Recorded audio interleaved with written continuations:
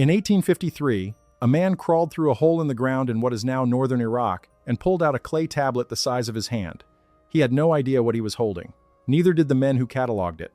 Neither did the scholars who spent the next century arguing about it. But what they eventually translated stopped several careers cold and rearranged everything the academic world thought it knew about, where our idea of the afterlife actually came from. The tablet was Sumerian. It dated back somewhere between 3,000 and 4,000 years before the Common Era. And what it described was not mythology in the vague, poetic sense. It was a map. A precise, layered, architectural map of what happens to you after you die. 7 distinct levels, each one with a gate, each gate with a guardian, each guardian with a specific demand.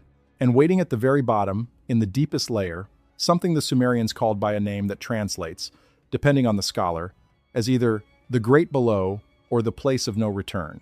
Here is what makes this tablet different from every other ancient death text you have ever heard about.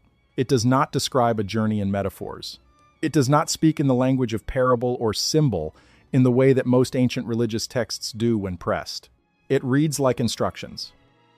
It reads like someone who had been there came back and wrote down exactly what they saw, layer by layer, with the precision of a person filing a report. And the closer you look at the cosmology embedded in those instructions, the harder it becomes to dismiss what some researchers have spent decades arguing, that the Sumerians did not invent this cosmology, that they received it, and that the beings who gave it to them were not gods in the way we use that word. They were something else, something the tablets call, over and over again, by a name you already know, the Anunnaki. If you want the truth about where heaven and hell come from, where the soul goes when the body fails, and what the oldest civilization on Earth was told about the structure of death itself, stay with this. Because what is written on these tablets is older than the Bible, older than the Egyptian Book of the Dead, older than the Vedas, and it is sitting in a museum in London right now, under glass, almost entirely unread by the general public, waiting for exactly this conversation. And before we go further, I need to pause for a second, because what I'm about to tell you gets significantly darker.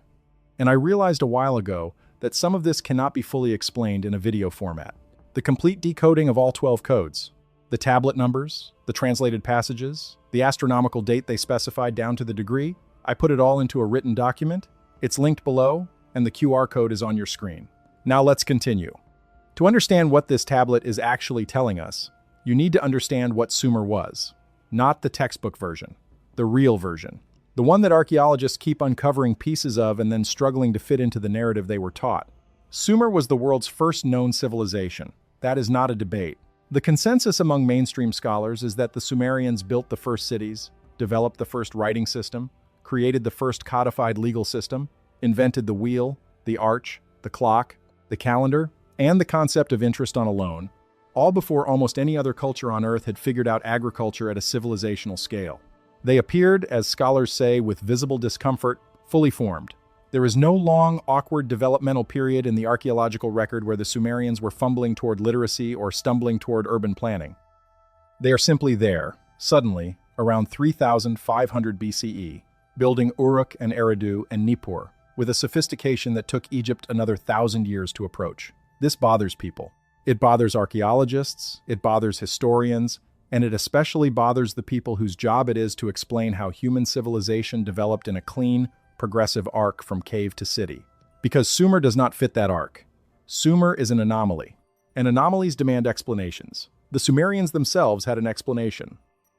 They wrote it down on tens of thousands of clay tablets in a script called cuneiform, pressed into wet clay with a reed stylus and fired hard enough to survive 4,000 years underground. And the explanation they gave, over and over, in texts that have been translated, cross-referenced, debated, and in some cases deliberately minimized by the academic establishment, is this: we were taught. They do not say they figured it out. They do not claim ancestral wisdom passed down from generation to generation. They say they were taught, directly and deliberately, by beings they called the Anunnaki, which translates, and here is where the scholars start to fidget, as those who from the heavens came, or in some interpretations, those who came down from above. The Sumerians were specific about this. The Anunnaki descended. They arrived. They established contact with humanity, and they transferred knowledge. That knowledge included agriculture, mathematics, astronomy, architecture, metallurgy, and governance. But it also included something else. Something that the Sumerians recorded with the same clinical precision they applied to grain distribution tables and land records. It included the structure of what happens after death. The primary text that concerns us in this video is known in academic circles as the Descent of Inanna, but that name, and the way it is usually taught, strips out most of what makes it extraordinary. When most scholars present this text, they frame it as mythology, a goddess story. Inanna, queen of the heavens, decides to travel to the underworld to attend the funeral rites of her sister's husband. She descends through 7 gates, is stripped of an item of clothing or jewelry at each gate, arrives at the bottom, is killed, is brought back to life, and returns. End of myth. Lesson about seasonal cycles, death and rebirth, the usual. That reading is not wrong, but it is incomplete in a way that matters enormously. Because embedded in that mythological framework is a document. A detailed, cross-referenced, internally consistent document describing a layered underworld with specific geography, specific guardians, specific rules of passage, and specific consequences for those who did not follow them correctly. And when you pull that document out from under the myth and lay it next to other Sumerian underworld texts, including the Descent of Enkidu, the Death of Gilgamesh, and the fragmentary tablets known as the Netherworld Vision texts, you get something that stops looking like a story and starts looking like a briefing. The Sumerian word for the underworld is Kur. Sometimes they call it Ir-Kala, after the primary deity who rules it. Sometimes they call it Kigal, which translates directly as the Great Below. What they do not call it is fictional. The Sumerians treated Kur the way they treated geography. They described it with distances. They described it with landmarks. They described the quality of the air and the nature of the light and the texture of the ground. They described it with the same matter-of-fact specificity they used to describe trade routes to Dilmun or flood patterns in the Euphrates Valley. And within Kur, they described 7 distinct layers, 7 gates, 7 guardians, 7 specific conditions that the soul must navigate in sequence, not as an allegory, as a layout. Before we descend, you need one more piece of context. You need to understand who built this place, according to the tablets. Because the Sumerians are explicit about this, and it is one of the details that mainstream scholarship consistently glosses over. The underworld was not a natural phenomenon in Sumerian cosmology. It was not the inevitable consequence of death, an abstract space that souls simply fell into. It was constructed. It was administered. It had a staff. The Anunnaki are described in multiple tablets as having divided their number into 2 groups after their arrival on Earth. The first group, called the Anunnaki of Heaven, remained above and managed affairs on the surface. The second group, called the Anunnaki of the Great Below, descended into the earth and took charge of the underworld. They ran it. They built its infrastructure. They assigned the gatekeepers and established the rules of passage. The underworld in Sumerian cosmology is an engineered system, and the tablets describing its 7 layers read like a user manual for that system, written by the engineers themselves. There is a specific tablet housed in the British Museum under catalog number K 3474 that is not the Descent of Inanna, but a companion text that scholars have translated under several names. Most commonly the Netherworld Administration text, or in older translations, the Tablet of the 7 Seals of the Deep. This tablet does not tell a story. It is organized as a list. 7 numbered entries. Each entry names a layer, names the guardian assigned to that layer, describes the gate construction, and describes what the soul arriving at that gate must surrender or demonstrate to pass through. It is, in the most literal sense available to us across 4,000 years of linguistic drift, an instruction document. That is the document we are going to read today. All 7 layers, all 7 gates, all 7 guardians. And everything the Sumerians told us is waiting on the other side of each one. There is a reason this tablet does not get discussed in the same breath as the Egyptian Book of the Dead or the Tibetan Bardo Thodol. The Egyptian and Tibetan texts are mystical. They are poetic. They are beautiful and strange and difficult to pin down to a literal reading. The Sumerian tablet is different. The Sumerian tablet is clinical. And clinical documents that describe an engineered afterlife administered by beings who descended from above are uncomfortable things to have in your museum catalog. Much easier to file them under mythology and move on. We are not moving on. Let us begin at the only place you can begin a journey into the Sumerian underworld, at the surface, at the moment before the first gate, at the threshold that the tablets describe as the place where the living world ends and the administration of death begins. The British Museum houses the largest collection of Sumerian cuneiform tablets outside of Iraq itself. Room 55 of the museum contains display cases of fired clay tablets, some barely the size of a smartphone, some larger than a dinner plate, all covered in the wedge-shaped impressions of the reed stylus that constituted the world's first writing system. Most museum visitors walk through room 55 inches a few minutes. The tablets are not visually spectacular. They look like clay with scratches. They require years of specialized training to read. And so they sit behind their glass, in the museum that excavated many of them, in the city of a culture that colonized the territory they came from, largely unread by the millions of people who walk past them every year. This is worth holding in mind. The oldest written record of the structure of the afterlife is not in a temple or a shrine. It is not being read by priests or engaged with by a living religious tradition. It is in a glass case in London. We have the information. We have had it, in translated form, for over a century. And the overwhelming response of the world has been to file it under mythology and move on. The tablets describe a system administered by beings who came from elsewhere, who gave human civilization and agriculture and law, and the blueprint for what happens after death. And the world's response has been to put them in museums and classify them as the religious imaginings of a pre-scientific people. The pre-scientific designation is doing a lot of work there. The Sumerians developed the 60-second minute and the 60-minute hour and the 360-degree circle and the lunisolar calendar that underlies every modern calendar system. They were not pre-scientific in the sense of being cognitively incapable of systematic observation and precise description. They were, by every measure of their material record, an extraordinarily capable people. When they described the 7 layers of the underworld with administrative precision and cross-referenced the descriptions across multiple texts from multiple time periods with internal consistency, they were applying the same cognitive capacity that produced their mathematics and their astronomy and their legal code. The question is not whether they were capable of precise description. The question is what they were describing precisely.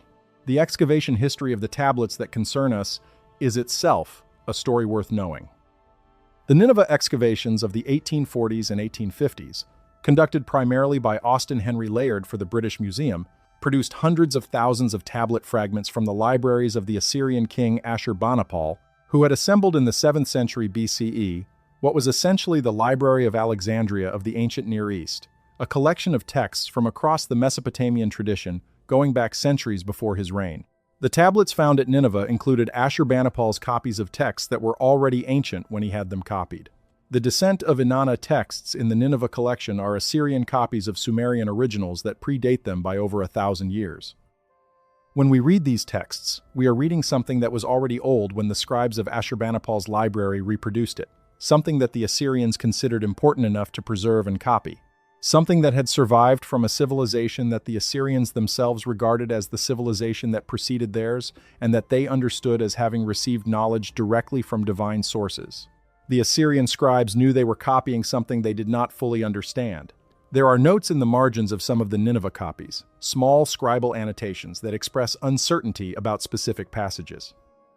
The scribes were fluent in Akkadian, the later Semitic language that Sumerian had influenced, but Sumerian itself was by their time a dead language, a scholarly language, the language of sacred texts that required specialist training to read. The scribes copying the underworld texts were working from texts in a language they understood imperfectly, transcribing content about a cosmological system that was already ancient in their day. The layer of mediation between us and the original Sumerian underworld tradition is therefore at least double, the Assyrian copies at one remove, and our modern translations of those copies at a second remove. The original tablets, the tablets from which Ashurbanipal's scribes worked, are in many cases lost. We are reading copies of originals we no longer have. This matters for calibrating how much confidence to place in specific details. The broad architecture of the 7-layer system is well attested enough across multiple independent sources that the broad claims are on solid ground. The specific detail of the K3474 tablet and the companion texts is more uncertain, more dependent on specific translation choices, more subject to scholarly disagreement about the correct rendering of key terms. The ancient astronaut reading of these texts goes further in its specificity than the broad architecture warrants with certainty. But the broad architecture itself, 7 layers, 7 gates, 7 guardians, progressive stripping of the self, final processing and release, is not contested. It is in the tablets. It survived 4,000 years. It is sitting in museums. It is available. The debate is not about whether these texts exist, it is about what they mean. and that debate is very much alive. The parallel evolution argument, the claim that all ancient afterlife traditions independently arrived at similar structures through the universal human experience of facing death, runs into its most serious problem, not in the structural similarities between traditions, but in the chronological relationship between them. The Sumerian texts are the oldest. They predate the Egyptian by centuries, predate the Vedic by a similar margin, predate the Tibetan by millennia. If the structural similarities between these traditions reflect convergent, independent invention, the convergence is directional. Sumer is at the origin. Every other tradition with a layered, gated, administered afterlife came after Sumer. The question is not whether they arrived independently at the same structure. The question is whether they derived their structures from Sumer directly, through the documented cultural transmission channels that connected Mesopotamia to Egypt and India, and eventually to the Greek and Tibetan traditions, or whether they derived them from the same original source that gave Sumer its structure in the first place. The ancient astronaut answer is the second option. The Anunnaki did not give the underworld system only to the Sumerians. They gave it to multiple civilizations, at different times, in forms calibrated to what each civilization could receive and integrate. The Sumerians got the administrative version, the most literal and technical description, appropriate for a civilization that the Anunnaki were managing most directly. Other civilizations got more symbolic and narrative versions, appropriate for cultures at different stages of development and with different cognitive and cultural frameworks. The variations between traditions are not contradictions, they are localization. The same system, described in different languages, for different audiences, by the same or related beings who understood how to communicate across cultural contexts. The Sumerians did not describe death as darkness. They described it as a door. The concept of the Ganzir, which is the Sumerian word for the entrance to the underworld, the vestibule before the first gate, is one of the most consistently described physical locations in the entire corpus of Sumerian literature. Multiple tablets from multiple time periods, excavated from multiple sites across ancient Mesopotamia, describe the Ganzir with enough agreement in their details that scholars cannot dismiss it as poetic coincidence. They describe the same place, not a metaphor for the same place, the same place. The Ganzir is described as a structure, not a cave, not a pit, not a vague darkness. A building of a kind, with walls of fired lapis lazuli, which is the deep blue mineral that the Sumerians considered the most sacred and divine of all materials. The walls glow, according to multiple tablets, not with reflected light, but with their own inner luminescence. The Sumerians describe the light inside the Ganzir as cold, which is an unusual detail. Most ancient cultures, when they describe sacred or divine spaces, describe warmth, fire, Sunday. The Sumerians specifically note the absence of warmth in the Ganzir. Cool, clear, blue light, like the inside of something that is actively working. This matters because the Anunnaki are elsewhere in the Sumerian corpus described as associated with this same cold blue luminescence. The tablets describing their arrival on Earth use the same vocabulary. The word that translators render as gleaming or shining, when applied to the Anunnaki and their craft, appears in the Ganzir descriptions. The Sumerians did not make a sharp distinction, linguistically, between the light associated with Anunnaki technology and the light that filled the entrance to the underworld. They used the same word because, in their understanding, they were the same kind of light. The soul arriving at the Ganzir does not arrive alone, according to the tablets. The Sumerian afterlife does not begin with solitude. It begins with an escort. The texts describe beings called the Gala, which are most commonly translated as demons in popular literature, but that translation carries modern connotations that distort the original meaning. The Gala are administrators. They are, as the tablets make clear, functionaries of the Anunnaki of the Great Below. Their job is specific. They locate the soul of the recently deceased in the living world, they bind it, they escort it to the Ganzir, and they deliver it to the first gate. They do not torture. They do not threaten. They simply collect. They are described in the texts with the same matter-of-fact neutrality that a Sumerian scribe would use to describe tax collectors or harbor officials. They are doing a job. The detail about binding is worth pausing on. The Gala are described as attaching something to the soul before the journey begins. The word used in the original cuneiform is a compound that has been variously translated as a cord of no return, the bond of the deep, or in one translation that most scholars have avoided engaging with. Seriously? The tether of administration. The soul is bound before it enters, not enslaved, bound. The distinction the Sumerians draw is subtle but present in the grammar. The bond of the Gala is temporary. It lasts only for the journey to the first gate. At the first gate, the gala hand over the soul and the bond is transferred to the gate itself. And at each subsequent gate, the bond transfers again, linking the soul to the layer it is currently occupying, releasing only when the guardian of that layer determines the soul may pass. This is an extraordinarily specific system. It is also, and this is the detail that researchers in the ancient astronaut field have focused on with intensity, structurally identical to what several ancient texts from cultures that had no documented contact with Sumer also describe. The Egyptian concept of the Akh being bound through the Duat, the Tibetan bardos, and the concept of karmic binding between states. The Orphic tablet's description of the soul being led by guides through checkpoints. The agreement between these independent sources is not total, but the structural similarity, the binding, the escort, the sequential gates, the guardian at each level, is too consistent to explain as coincidence and too precise to explain as independent invention of the same metaphor. Something, somewhere, was teaching the same system to multiple cultures. Either that something was a shared human psychological experience of death that we have not fully mapped yet, or it was something else. The first gate itself is described in the K3474 tablet with a precision that distinguishes it from the later gates. The first gate is the Gate of Neti. Neti is the chief gatekeeper of the underworld, the master of the Great Door, and the tablets treat him as a distinct and senior figure. He is not one of 7 identical guardians. He is the superintendent of all 7. He manages the gate system. He reports directly to Ereshkigal, the queen of the underworld, who we will meet in the 7th layer. Every soul that enters Kur must pass through Neti first. There are no side doors. There are no exceptions listed in any of the tablets. Every soul goes through Neti, every single one. And Neti asks a question. Not many questions, one question. And the question is the same every time, for every soul, regardless of who they were on the surface.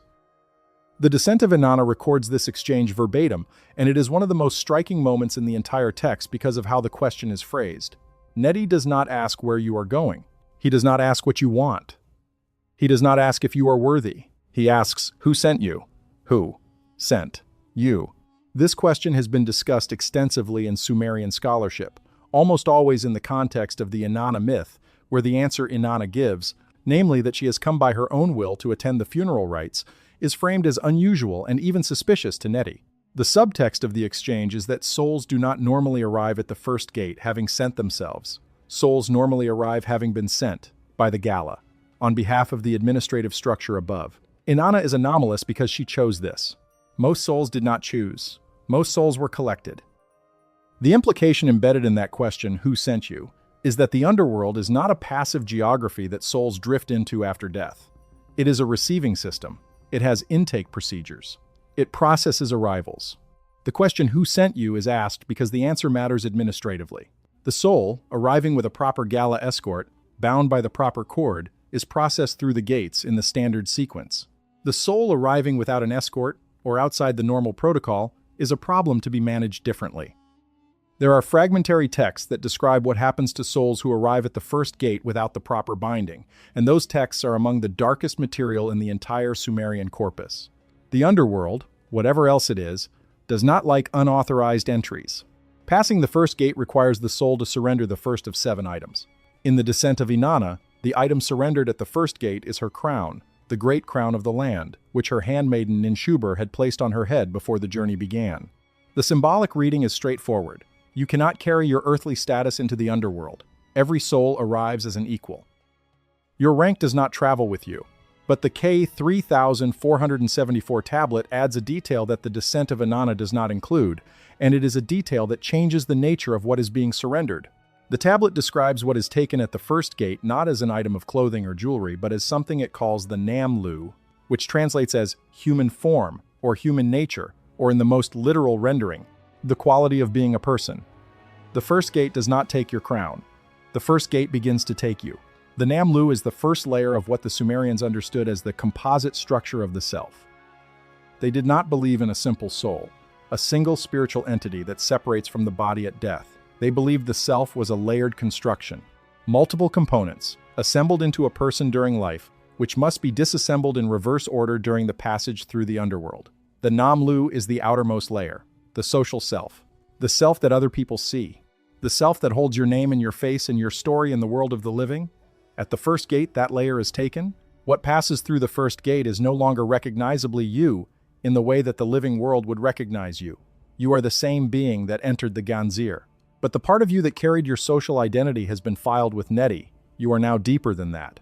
You are proceeding as something more fundamental than a person with a name and a history. This is not punishment. The tablets are very clear on this point. The stripping at each gate is not described with the vocabulary of punishment or torture.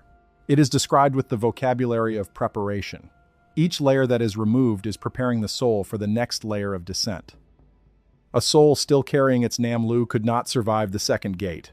The removal is mercy, or, at minimum, it is process. The Anunnaki of the Great Below built a system, and the system requires the soul to arrive at each subsequent level in the appropriate form for what that level contains. The question that researchers in this field keep circling back to is this: why would a civilization 4,000 years ago develop such a precise, layered, administratively detailed model of the afterlife? Why not the simple continuations that most early cultures describe? Why not heaven and hell, reward and punishment, the good place and the bad place? Why 7 layers? Why a gatekeeper who asks, "Who sent you?" Why the progressive stripping of the self, 1 layer at a time, calibrated to what each layer can sustain? The answer that mainstream archaeology offers is that the Sumerians, like all ancient peoples, were working through their anxiety about death through the construction of elaborate mythology. The mythology became more sophisticated as the culture became more sophisticated. The 7-layer structure reflects the Sumerians' cosmological preference for the number 7, which appears throughout their astronomical and mathematical texts. That answer is not wrong. It is also not complete, because it does not address the functional specificity of what is described. Mythology does not need gatekeepers who ask, "Who sent you?" Mythology does not need a concept of administrative binding. Mythology does not need a detailed account of what happens to souls that arrive without proper escort. These are not the features of a story. They are the features of a system. And systems are designed. They are designed by someone who understands what the system is for. The Sumerians said plainly who designed this system. They named them, they described them, they recorded their instructions in clay and fired it hard and buried it, and 4,000 years later we dug it up. The beings who built the first gate and assigned Neti to stand at it were not human. They came from somewhere. They administered something. And the first gate of their underworld strips from every soul the thing that makes it recognizably human before it can proceed.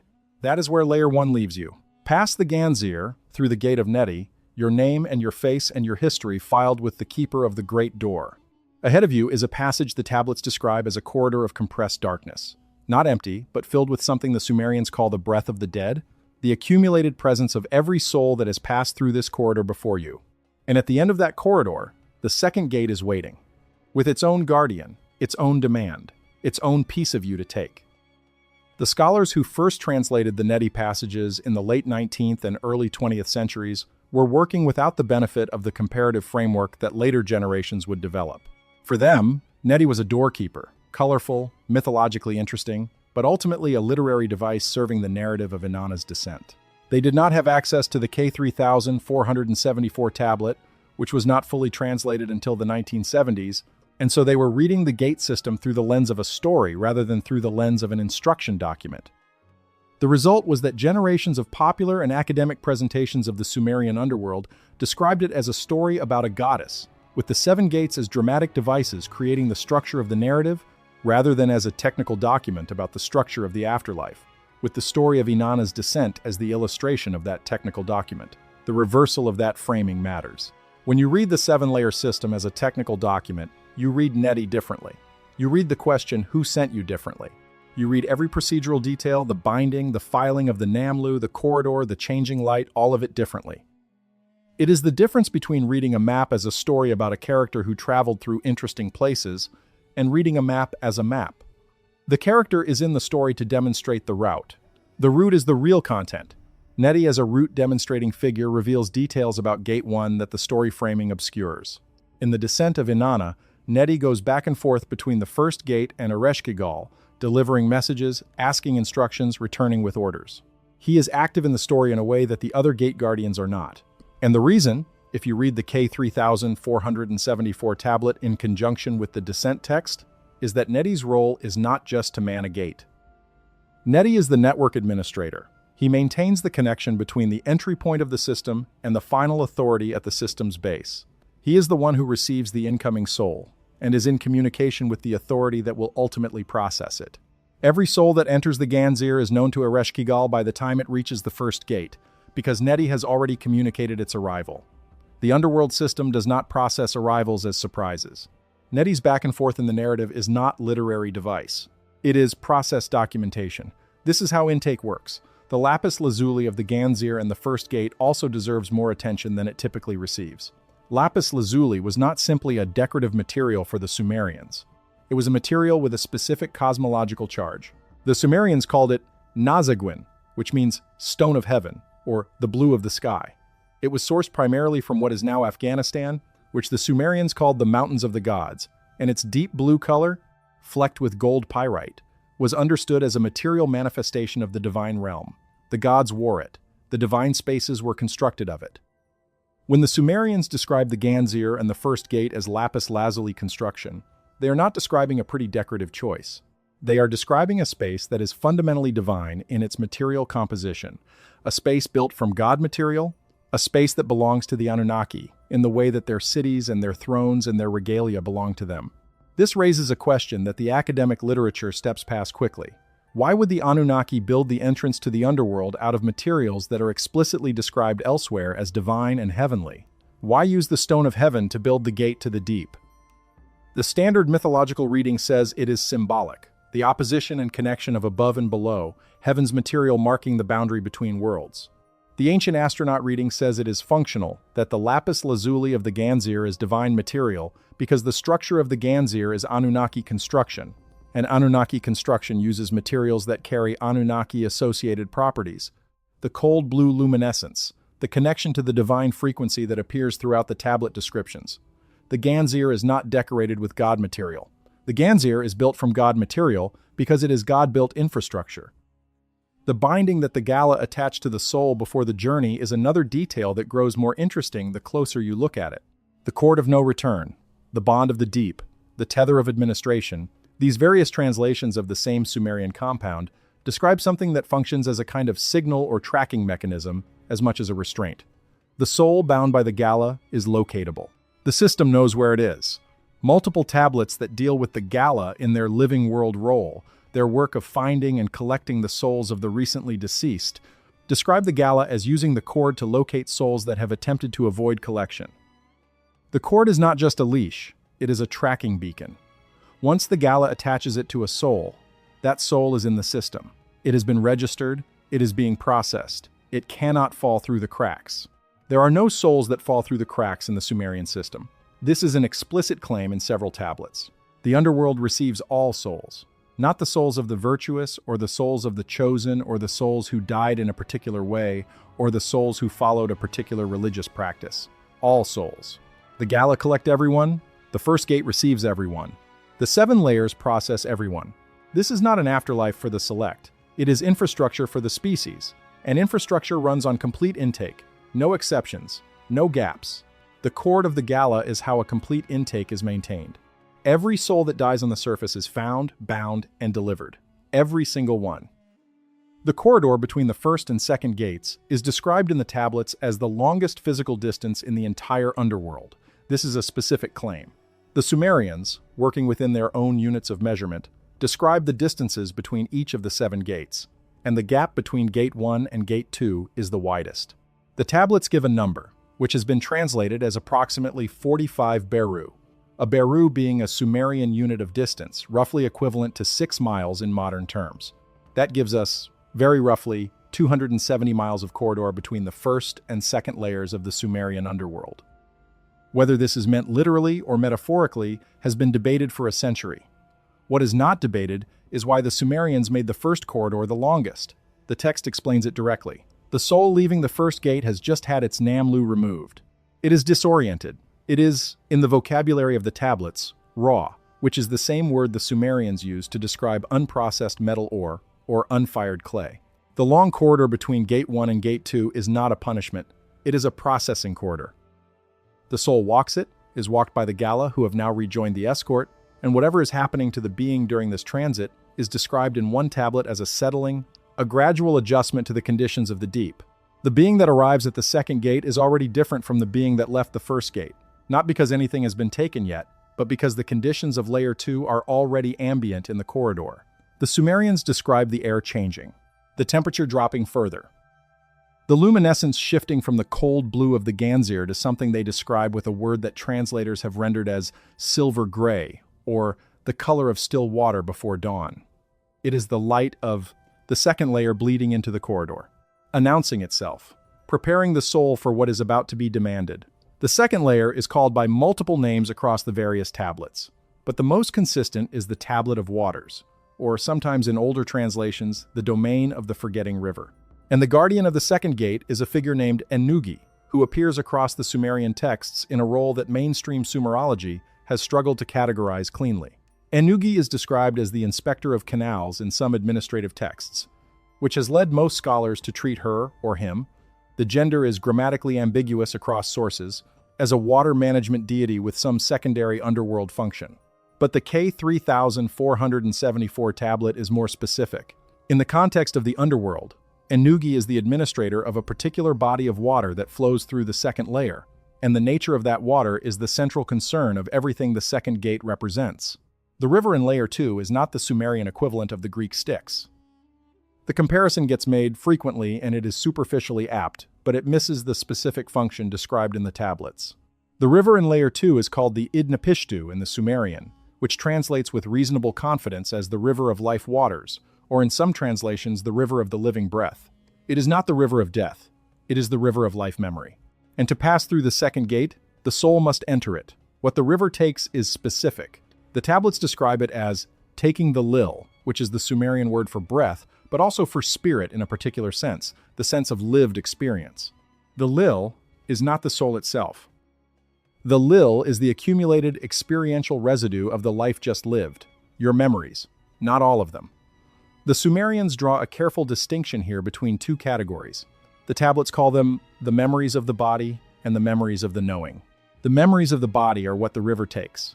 Every physical sensation, every emotional wound and pleasure, every attachment to a specific person or place or time, every grief and every joy that was rooted in your physical existence. The river takes all of that. It does not destroy it. It removes it from the soul, and it takes it down its own course, away from the path to the deeper layers.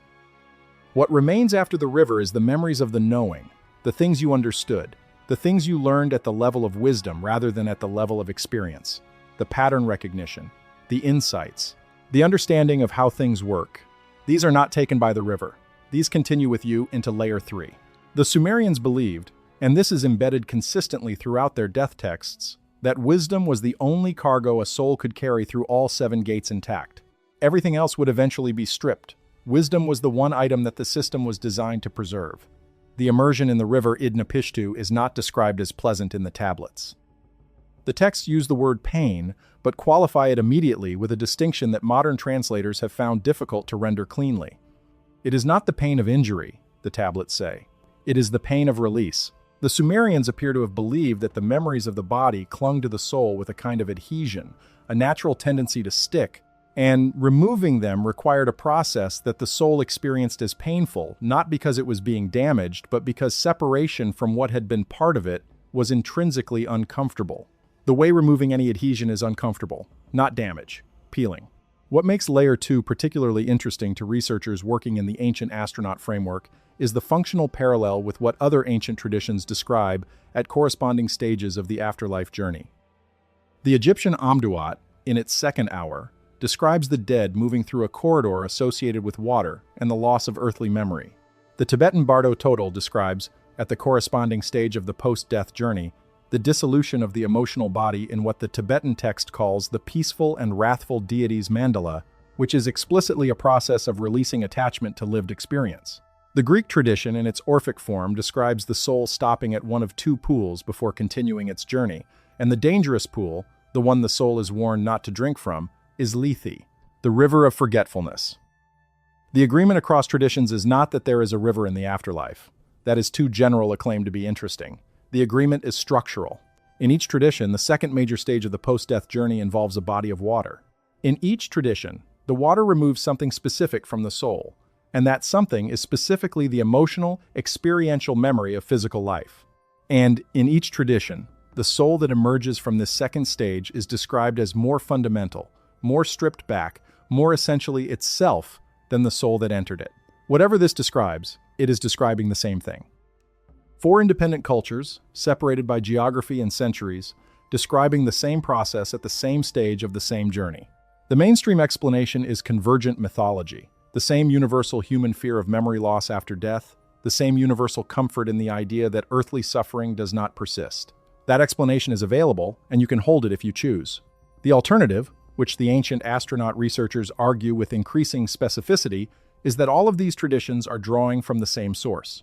That the source was not metaphor or universal psychology, but information.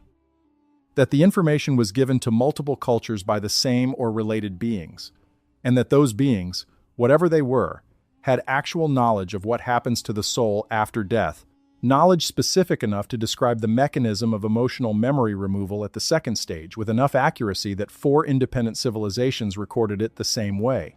The being that administers Layer 2, Ennugi, is described in the K 3474 tablet, with a detail that does not appear in the mainstream mythological presentations of this figure. In the context of the second gate, Ennugi is described as holding a measuring rod. This is the same instrument that appears in Sumerian administrative texts as the symbol of accurate measurement, of accountancy, of precise record-keeping, the inspector of canals, the administrator of water, but also the keeper of something measured. What is Ennugi measuring at the second gate? The tablets say the river measures the weight of the memories it takes, not metaphorically. The word the tablets use, which translates as the counting of all that is given to the waters, describes a process of inventory. The river does not simply wash memory away. It accounts for what it takes. Every memory surrendered at the second gate is, according to the tablets, recorded, kept somewhere, filed. The soul moves on without them, but they are not gone. They are in the river. And the river, under the administration of Ennugi with the measuring rod, keeps perfect account. This is a stunning detail. It transforms the river of forgetting from a poetic metaphor about leaving the world behind into something that reads more like a database. The memories of every soul that has passed through Layer 2, stripped out and delivered to the river, are maintained in that river under careful administration. They are not destroyed. They are held. For what purpose? The tablets do not say directly, but there is a fragmentary text, damaged enough that scholars have not fully translated it, that appears to describe the river being accessed, not by the souls passing through, by the Anunnaki themselves. The fragment describes a figure. The name is damaged beyond recovery, approaching the river from a direction that is not the path of the dead, and receiving from the river what is described as the knowing of all who have passed, access to the archived memories of the dead, information extraction from the river. If that reading is accurate, and the damage to the text makes certainty impossible, then the river of forgetting is not just a mechanism of merciful release. It is a collection point. The underworld is not just processing the dead, it is archiving them. Every experience of every human life that has passed through the second gate is held in that river under the administration of Ennugi, the measurer. And someone, or something, periodically reads what is stored there. The soul that moves past the second gate has now been stripped of its social identity and its emotional memory. What remains is something more fundamental than a person. It is an intelligence, a pattern of understanding and wisdom moving through the deep. And at the end of the second corridor, which the tablets describe as shorter than the first but far stranger, filled with a sound the Sumerians describe as the voice of the waters continuing to speak behind the soul, the third gate is waiting. The guardian of the third gate is the most feared figure in the entire Sumerian underworld apparatus. Not Ereshkigal, the queen of the deep, whom we will meet at the bottom. Not Neti, the superintendent of the gate system. The most feared figure in the Sumerian underworld is the keeper of Layer 3. And when you understand what Layer 3 demands, you will understand why. The architecture of memory removal in Layer 2 reveals something about how the Sumerians understood the relationship between experience and identity that is worth dwelling on, because it is more sophisticated than most modern frameworks give them credit for. The Sumerians did not believe that you are your memories, in the simple sense that popular psychology sometimes suggests. They believed that the memories of the body, the emotional and physical residues of lived experience, are adhesions, accretions, things that attach to the soul during the journey of a life, but that are not essential to what the soul fundamentally is. The river does not erase the soul. The river peels back what is attached to it. The soul that emerges from the river is not diminished. It is closer to itself, more purely itself than the soul that entered the river. because what is removed is the layer that was never it in the first place. This is a specific and sophisticated theological position.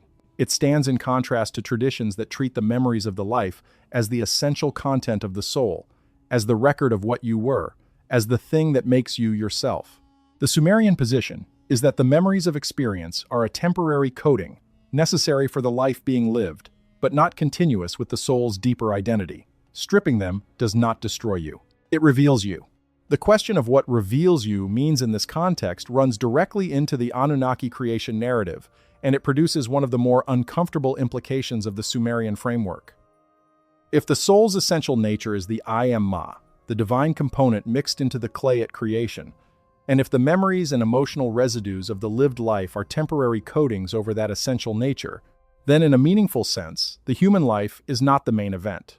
The human life is a context in which data is generated and experience is accumulated, and the soul that carries those accumulated data points is the real subject of the underworld's interest.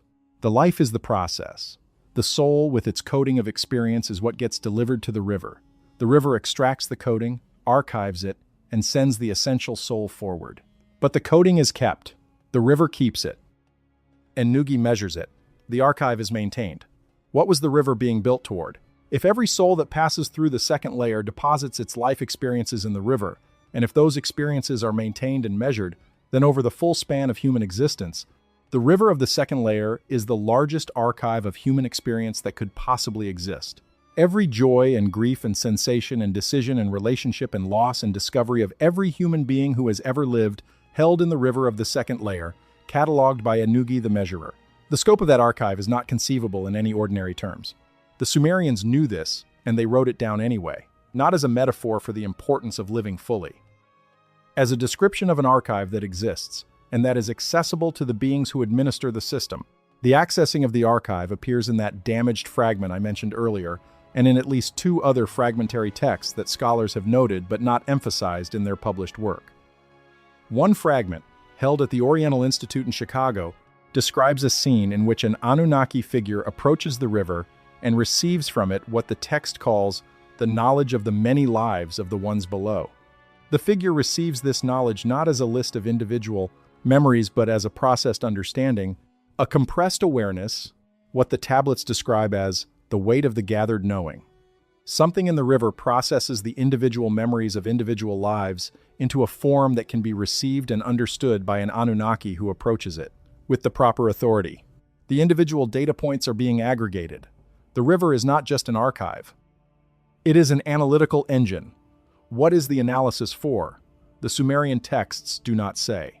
But the fact that the analysis happens, that the river of Layer 2 converts individual human experiential memories into aggregated Anunnaki-accessible knowledge about the totality of human experience, is consistent with the broader framework of the underworld as a program that generates and processes data about a managed population. The Anunnaki administered human civilization on the surface. They designed the cities, the laws, the agricultural systems, the religious frameworks. They had objectives for the civilization they built. The river of the second layer gave them a way to assess whether the civilization was developing as they intended at the level of lived individual experience, which is a level that surface observation cannot reach. What people feel and experience and carry inside them is not visible from above. The river makes it visible. The river archives what the surface cannot show and makes it available for the beings running the program to assess. This is a description of an intelligence operation, not in the hostile sense, in the literal sense of the word intelligence, meaning information gathered to inform decisions. The second layer of the Sumerian underworld is an intelligence operation, gathering the inner life of humanity across generations and making it available to the beings who designed and manage humanity's development.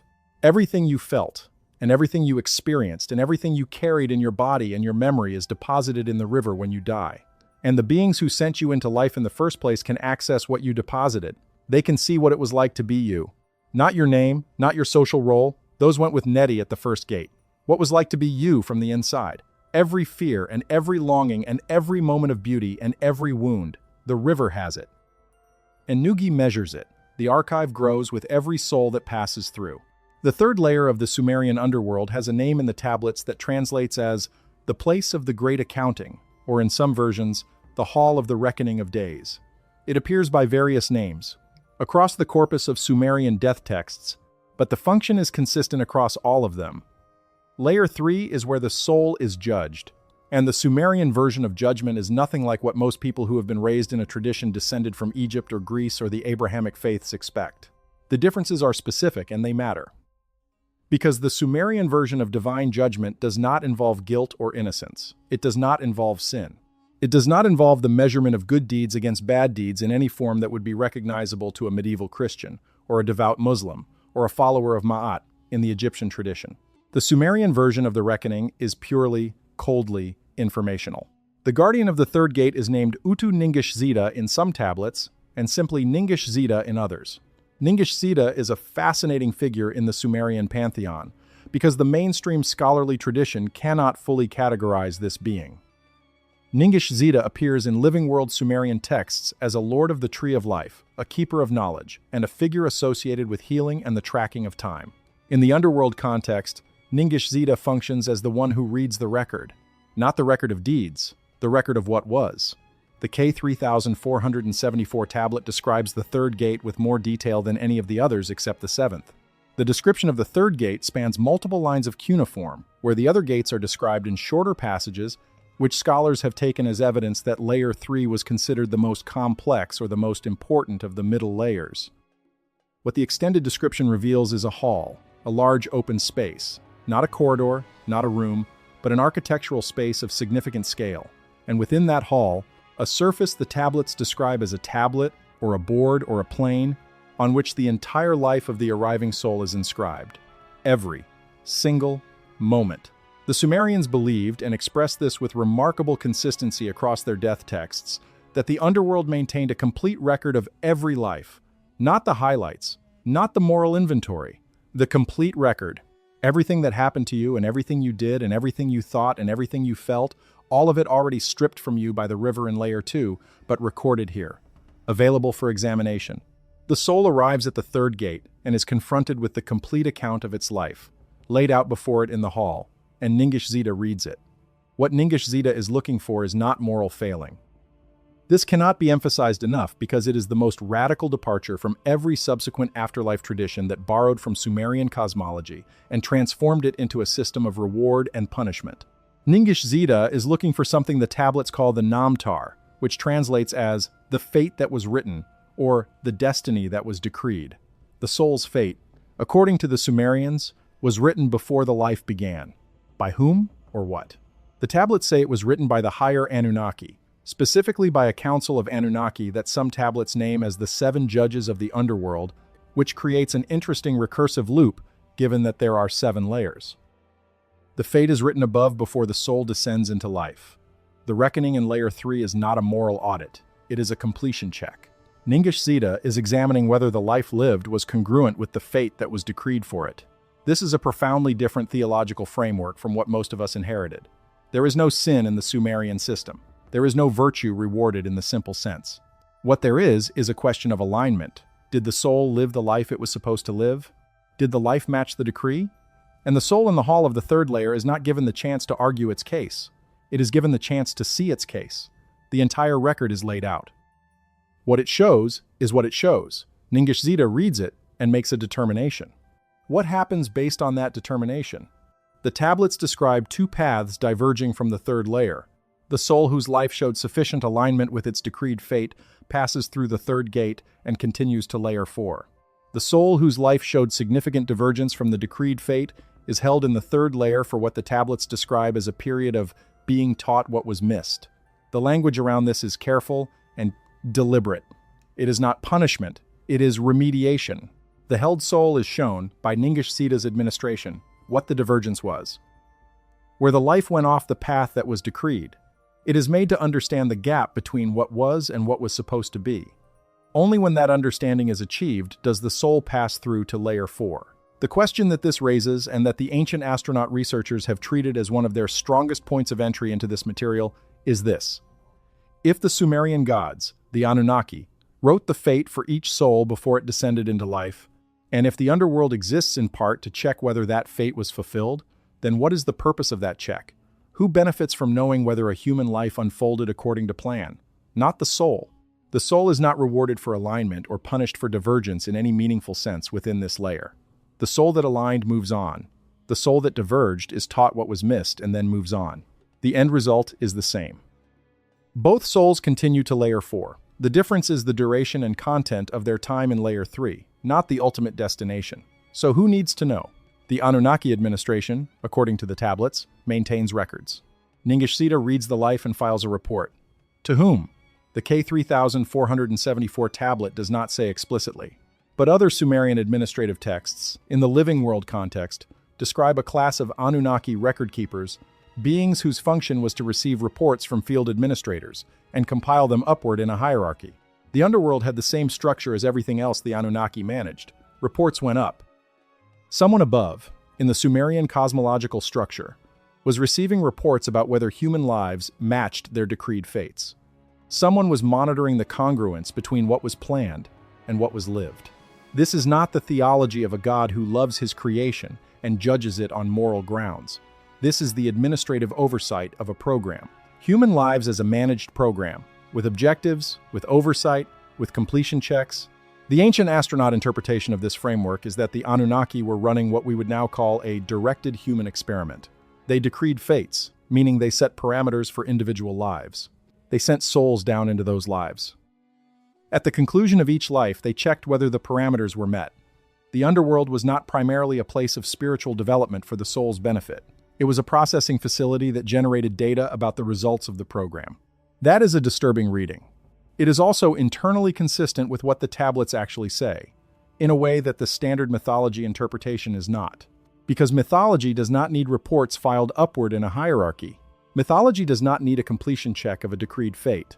Mythology needs moral drama and divine justice. What the Sumerian texts describe in the third layer is not moral drama, it is quality assurance.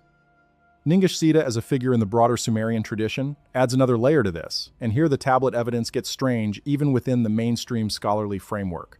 Ningishzida is associated in several living world texts with a specific symbol, the caduceus, two serpents entwined around a central staff.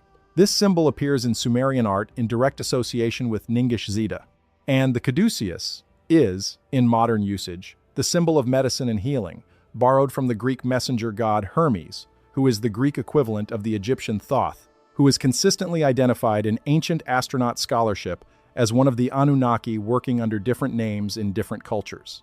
The web of cross-cultural connections around the third gate guardian is dense, too dense for this discussion to follow every thread. But the broad stroke is this: the being standing at the third gate of the Sumerian underworld, reading your life against the fate decreed for you by the Anunnaki Council, bears a symbol that shows up in medical contexts across the ancient world, is connected to figures in Greek and Egyptian tradition who are associated with wisdom, writing, and the keeping of cosmic records, and appears in the Sumerian living world texts as a keeper of the tree of life. The being at the third gate, whatever it is not a minor local deity of no particular importance. It is one of the most consistently attested figures across ancient traditions. And its job at Layer 3 is to read your life and report on whether it matched the plan. The soul that passes the third gate carries nothing from that hall except the awareness of the gap, or the absence of gap, between its life and its decree. It does not carry the specific memories anymore. Those were left in the river. What it carries is a kind of residue, a felt knowing of how its life compared to what it was supposed to be. And it walks into the fourth corridor carrying that residue, which the tablets describe as a weight, not a physical weight, a quality of being weighted. As though the knowledge of the gap between lived life and decreed life is itself a kind of density that the soul now carries into the fourth layer. The fourth layer is the one that has generated the most academic controversy in the small community of Sumerologists who work on underworld texts. Because the fourth layer does not fit neatly into any framework. It is not obviously a place of punishment or reward. It is not obviously a transitional space. The tablets describe it as a plane, a vast horizontal expanse, and the name they give it translates in ways that have led scholars to very different readings of what it represents and what it does to the souls that enter it.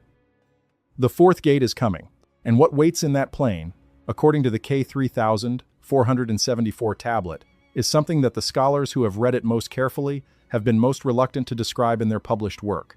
Because the plane of Layer 4 is not empty, and the things that fill it are not what any mythology requires. The concept of a pre-written fate is one of the most consistent elements in Sumerian theology, and one of the most radical departures from the ethical frameworks that derived from it.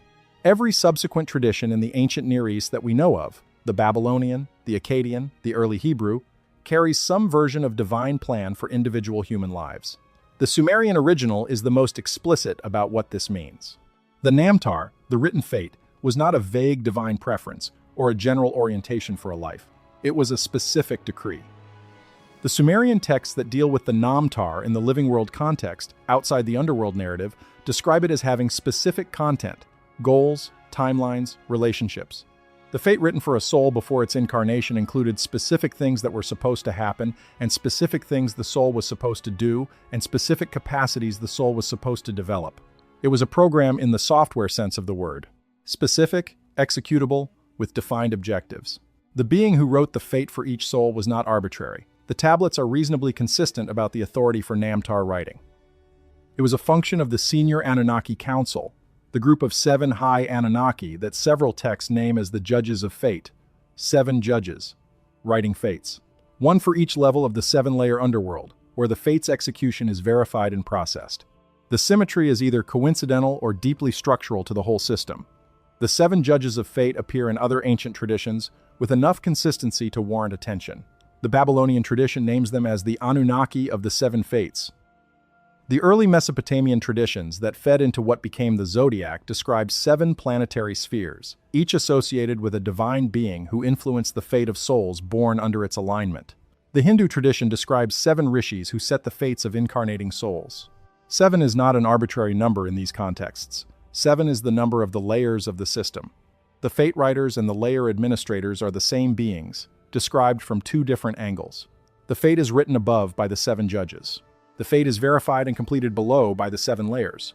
Above and below, the same number, the same beings, closing the loop. Ningishzita's position at the 3rd gate as the examiner of the lived life against the written fate has a specific mechanism that the tablets describe and that most presentations skip. The hall of the 3rd layer contains not just the tablet of the soul's life, but a second tablet, which the K3474 text calls the tablet of the Namtar, the tablet of the written fate. Both tablets are present simultaneously in the hall. Ningishzita examines them in parallel. The soul sees both. The discrepancy between them, or the alignment between them, is visible to everyone present. The soul in the 3rd layer does not receive a verdict from an external judge. It receives a demonstration. Here is what you were supposed to do. Here is what you did. The alignment or the gap is self-evident.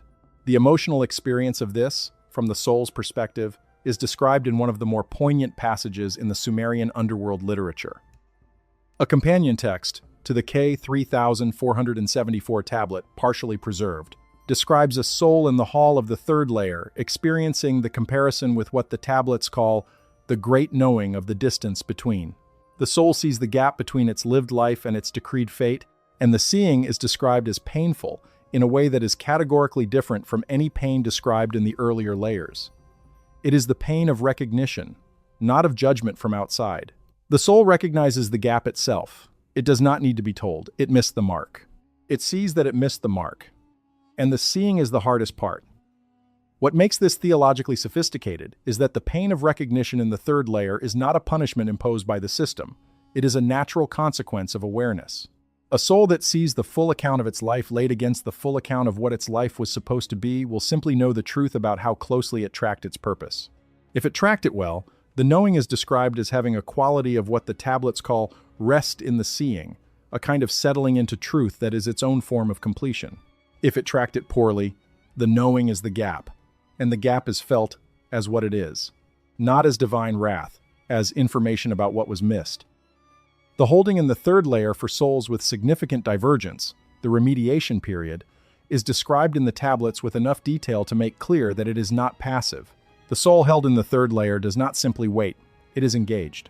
Ningishzita and the staff of the 3rd layer work with the held soul to ensure it fully comprehends the divergence, not as punishment, but as the completion of a learning that was not completed during the life.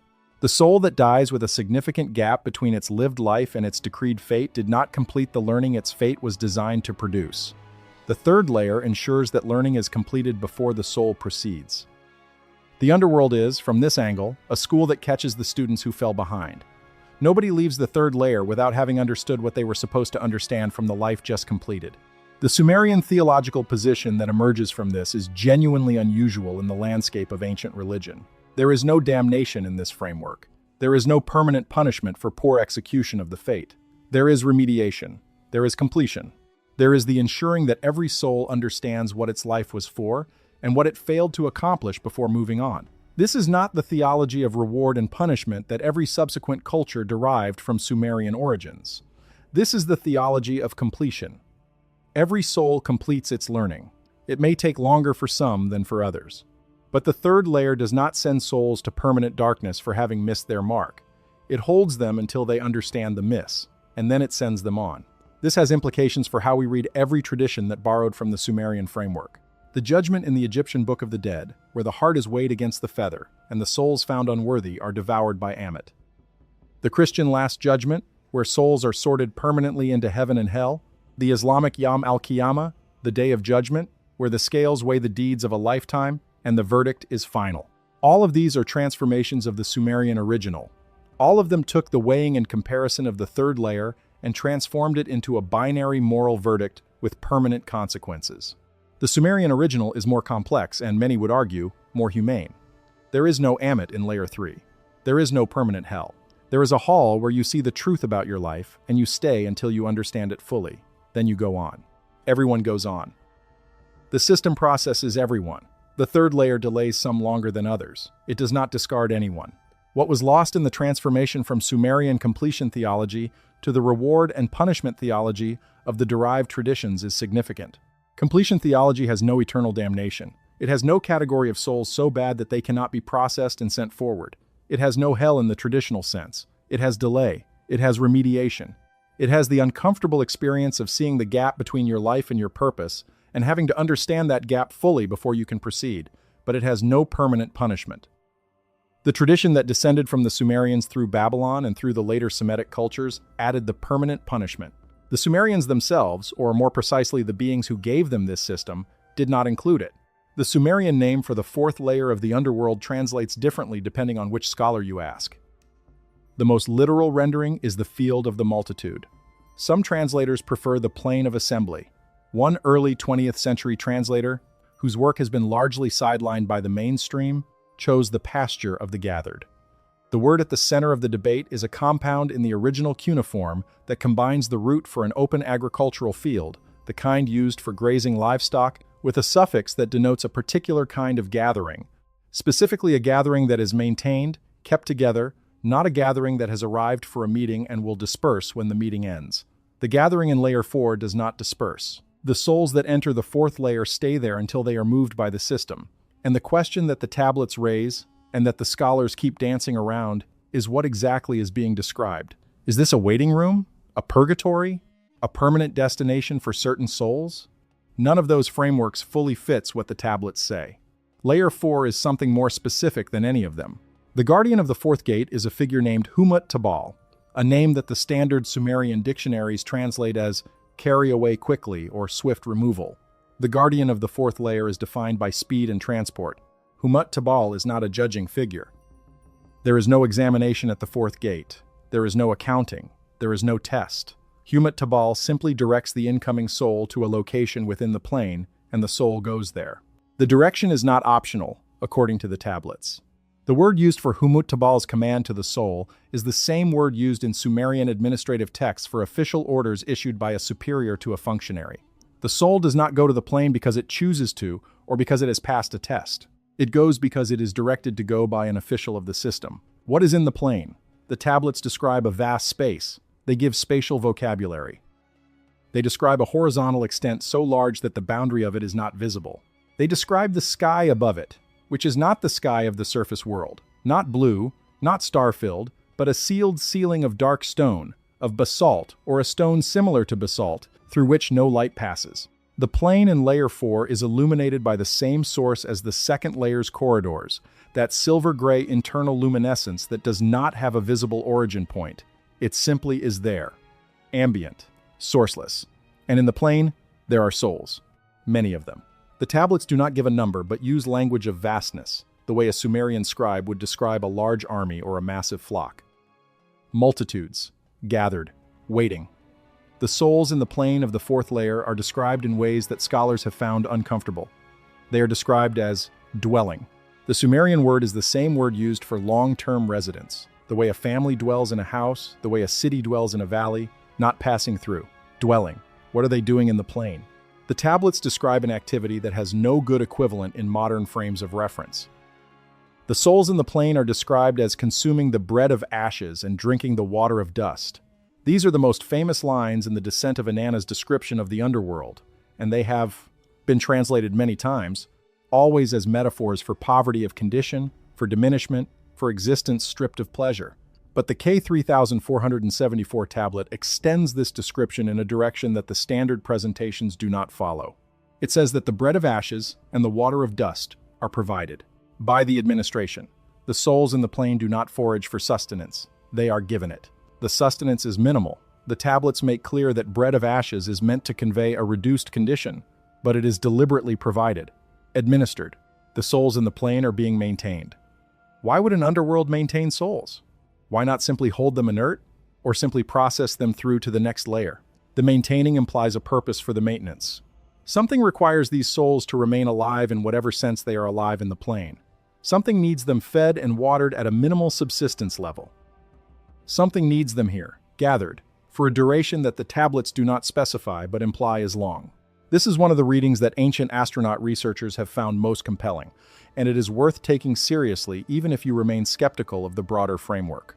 Because the detail of souls being maintained in the fourth layer by an administration that feeds them bread of ashes and water of dust is not something that a mythology about seasonal death and rebirth requires. Mythology needs the dead to rest. Mythology needs the dead to be rewarded or punished.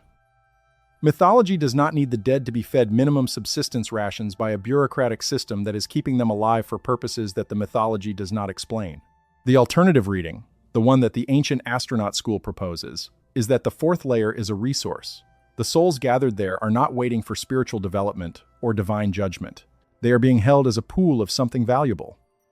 In the logic of the Anunnaki, as the tablets describe them, beings who came from elsewhere, who engineered human civilization, who maintained administrative control over the underworld through a hierarchy of officials and gatekeepers, the souls gathered in the plane of the fourth layer might be held the way any administrative system holds a resource it plans to deploy. For what? The tablets are silent on this directly. But there are fragmentary texts, damaged and disputed, that describe souls being taken from the plane and sent back upward, returned to the surface, reinserted into new bodies. The Sumerian evidence for a reincarnation doctrine is not as clear as the Hindu or Buddhist evidence, but it is there, in pieces, and the plane of the fourth layer is described in those fragments as the origin point of the souls that are returned. If the plane is a resource pool for reincarnation, then the minimal maintenance of souls, the bread of ashes and water of dust, makes functional sense. You keep a resource stable, you maintain it at minimum viable condition. You do not enrich it beyond what is necessary for preservation. You are storing it, and you are storing it until the administrative decision is made to return it. The figure of Humat Tabal, carry away quickly, takes on different coloring in this reading. The swift remover, the one who directs incoming souls to their locations in the plane. The one who, presumably, also directs souls out of the plane when the order comes to return them. The fourth layer's guardian is not a judge. The fourth layer's guardian is a logistics official, managing inventory, moving stock in and out of the holding space on administrative orders from above. The souls that are not recycled back to the surface eventually pass to the fifth layer. The tablets do not describe a specific mechanism for how this transition happens, or what determines which souls go on and which souls are held for return. This is a gap in the record that researchers on all sides acknowledge. What we know is that the passage to the fifth layer exists, and that it involves the fourth gate surrendering something else from the soul. The fourth stripping is described in the tablets as the removal of the zag, which translates as brightness or distinction, or in some readings, individual radiance, the thing that makes one soul different from every other soul at the level of essential luminescence. At the fourth gate, that individuality of light is taken. What passes through is, according to the Sumerian tablets, indistinguishable in its inner light from every other soul that has made the same passage. This is significant. By the time a soul reaches the fifth layer, it has lost its social identity in the first layer, its emotional memory in the second, its life record in the third, and now its individual distinguishing radiance in the fourth. What remains is something very fundamental, very bare. And the fifth layer, which the tablets describe as the most beautiful and the most terrible of all seven, is designed specifically for what remains. The fifth layer is associated in the tablets with the gods directly, not the administrative gods, the gatekeepers and officials and record keepers, the higher Anunnaki, the ones whose names appear in the creation texts, the ones who, according to the Sumerian cosmology, shaped the fundamental structures of reality before descending to manage the planet. The fifth layer is their domain within the underworld system, and the soul that reaches it, stripped to its most essential nature, stripped of name and memory and judgment record and individual radiance, encounters in the fifth layer something that the tablets describe with more awe and more fear and more reverence than anything else in the entire seven-layer system. The fifth layer is not what you would expect. It is not punishment, it is not a void, it is a garden. And the garden is alive in ways that the tablets struggle to describe without breaking into language that sounds to modern ears almost uncomfortably like what you might call paradise. But the paradise of the fifth layer is not a reward, it is a process. And the process is the most transformative thing that happens in the entire journey through the underworld. The plane of the fourth layer is described in the tablets with details that accumulate into a picture of something quite unlike any conventional afterlife imagery. The souls gathered there are described as having postures, specific physical orientations in their non-physical state, which is itself a strange thing for a text to specify. The tablets describe some souls as seated, some as standing in what the Sumerian text calls the posture of awaiting, and some as moving slowly across the plane in what the text calls the walking of those who do not know their direction. 3. Categories: the seated, the standing awaiting, and the directionless walkers. Each category corresponds to a different stage of the soul's residence in the plane. The seated are new arrivals. They have just been directed by Humat Tabal to their location, and have not yet adapted to the conditions of the plane. The tablets describe the newly seated as in a state the Sumerians call the confusion of the stripped, a state of disorientation that comes from having been processed through 3 layers of stripping and then deposited in a vast open space among a multitude of other souls without any instruction about what is happening next. The plane gives the soul no immediate task, no guardian is engaging with it, no test is being administered. It simply sits with its confusion until the confusion resolves into the second category. The standing awaiting are souls that have adapted to the plane's conditions and have come to understand that they are waiting. The tablets describe the standing awaiting as having a quality they call the patience of the informed, a settled quality that comes from accepting the conditions of the plane without anxiety. These souls have understood that the system is working, that they will be processed forward when the system determines the time, and they wait, not passively in the sense of being inert. The tablets describe the standing awaiting souls as engaged in something the text calls the reviewing of the known, which appears to be a kind of internal contemplation of the wisdom they carried through the river at. Layer 2, the memories of the knowing that were not stripped in the second layer. The waiting time in the plane is used by souls in the standing awaiting category to integrate the wisdom they retained, to understand what they understand, to let what they carried through the river settle into them fully. The directionless walkers are a different phenomenon. The tablets describe them as souls whose residence in the plane has extended beyond the usual period without progressing to either the standing awaiting condition or the movement upward to layer 5. They are described as the ones who circle without arriving, and the reason for their circling is described carefully. These are souls who cannot settle into the patience of the informed because something about their processing through the earlier layers was incomplete. Not in the way that the held souls of layer 3 were incomplete. Those souls were held explicitly and their incompletion was addressed. The directionless walkers are souls for whom the incompletion is internal, not externally recognized by the system, and so they were not held in layer 3, but they carry an unresolved quality into the plane that prevents them from settling into the integration of the standing awaiting. The description of the directionless walkers has fascinated researchers in the ancient astronaut field because it parallels something that appears in ghost traditions across many cultures. The restless dead, the ones who cannot find peace, who wander without direction. In the Sumerian framework, this wandering has a specific technical cause. It is the symptom of a soul whose layer 3 processing was incomplete in a way the system's examination did not fully catch.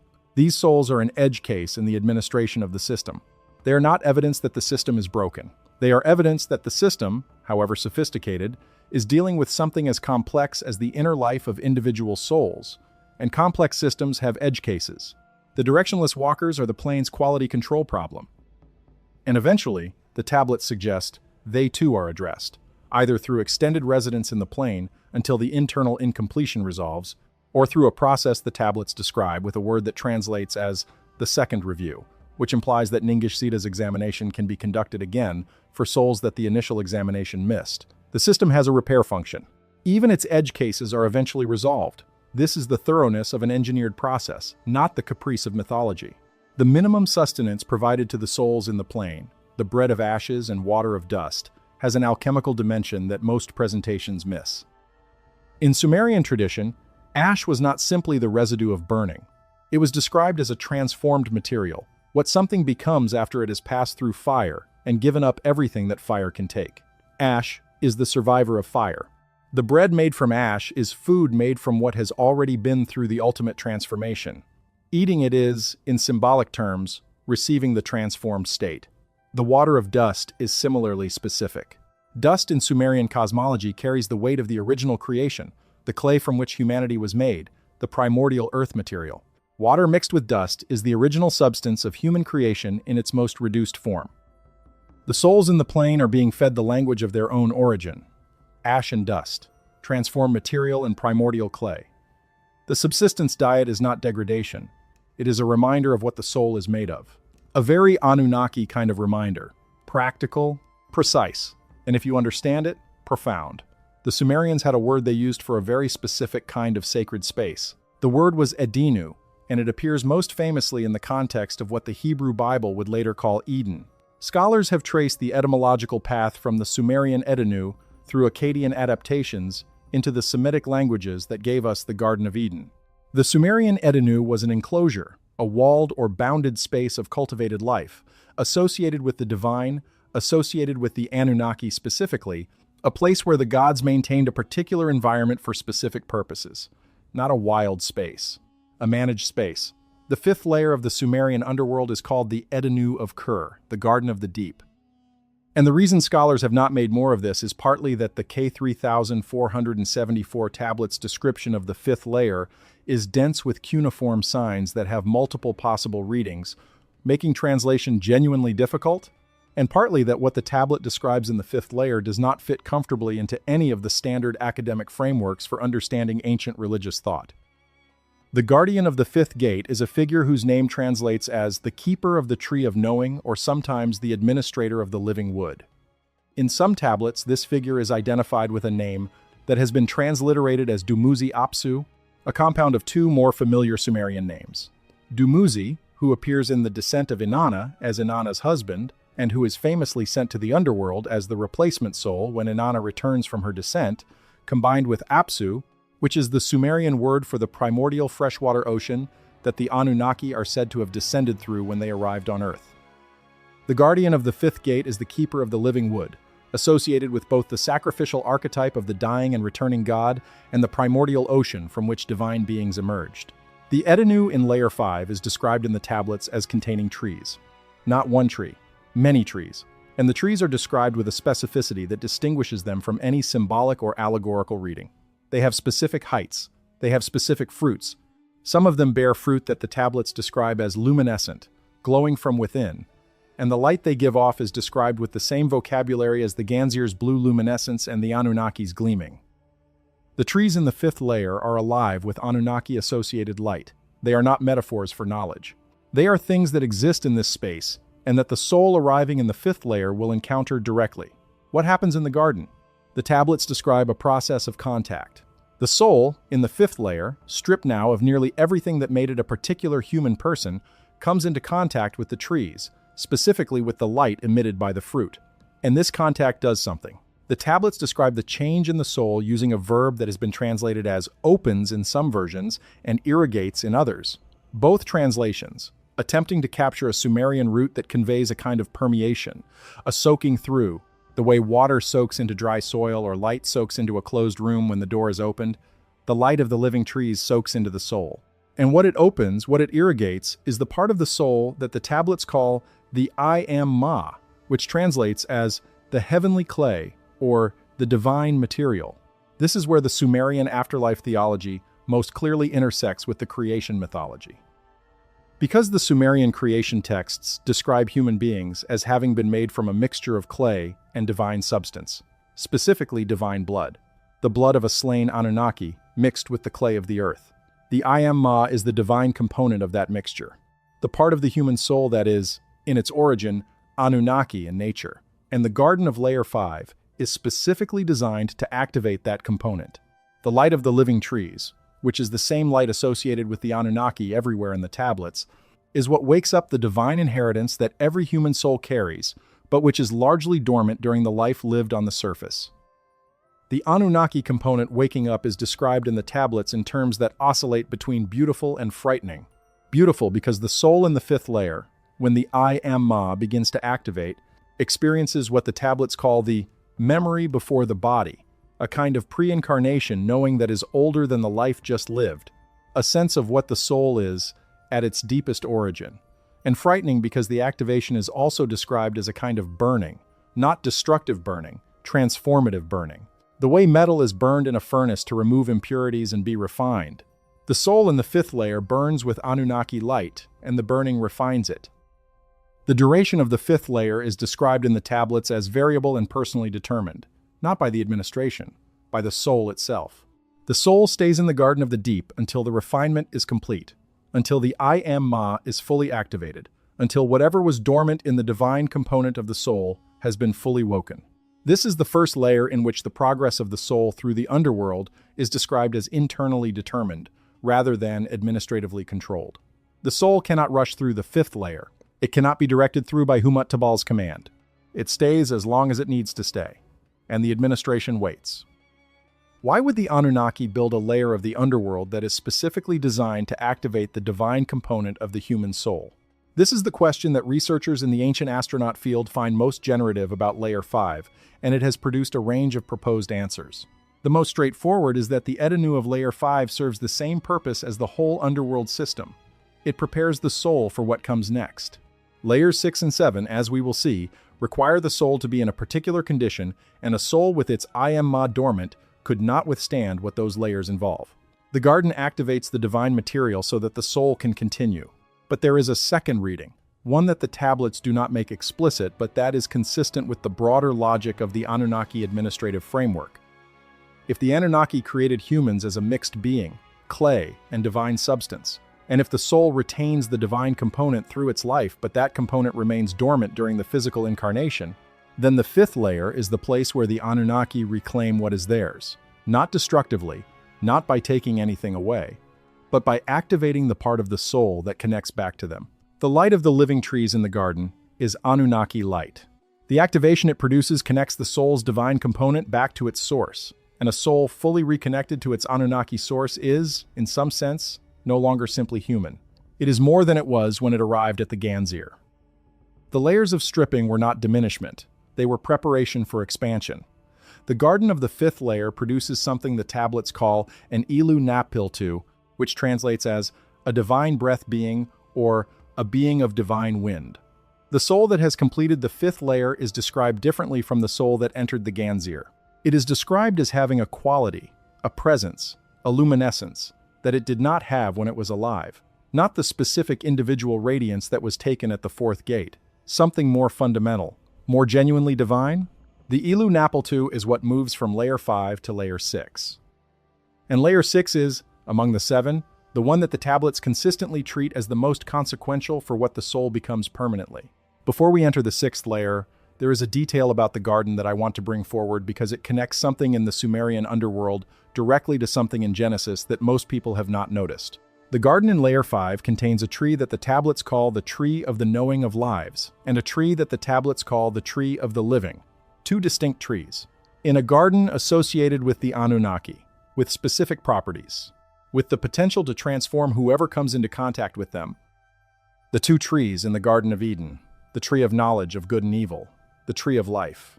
They are in the Sumerian underworld, in Layer 5, administered by a figure whose name combines the dying and returning god archetype with the primordial ocean of the Anunnaki's origin. The garden in Genesis is at the beginning of human existence. The garden in the Sumerian underworld is near the end of the post-death journey. They mirror each other in structure and in content. The tree that gave humans knowledge, the story says, is the reason they were expelled from the garden at the beginning. The trees in Layer 5 are what they encounter after death, after everything else has been stripped away. As if the expulsion from the first garden was always a one-way door, and the fifth layer of the underworld is the other door, the one you come back through, after the stripping is complete, after you are bare enough to receive what the trees have to give. That framing may be too poetic for some viewers. It may be precisely right for others. What is not in question is that the Sumerians put a garden with two specific trees in the deep underworld, associated it with Anunnaki light, described it as a place of transformation for the divine component of the human soul, and made it the penultimate stage before the two deepest and most extraordinary layers of the whole system. The sixth gate is next, and the figure that guards it is described in the tablets in ways that have no parallel in any mythological tradition I am aware of. The sixth layer is not a place of beauty or revelation or refining fire. The sixth layer is described as a forge, as a place of making and unmaking, as the place where what the soul will be in whatever comes after the seventh layer is determined by a process that the tablets describe with the vocabulary of metallurgy and craftsmanship rather than with the vocabulary of divine grace or spiritual evolution. The sixth layer is where the soul is built, and the builder is one of the most enigmatic figures in the entire Sumerian underworld system. The transition from the plane of the fourth layer to the garden of the fifth is described in the tablets as the least structured of all the transitions between layers. There is no gate examination in the conventional sense. The soul does not surrender a specific item.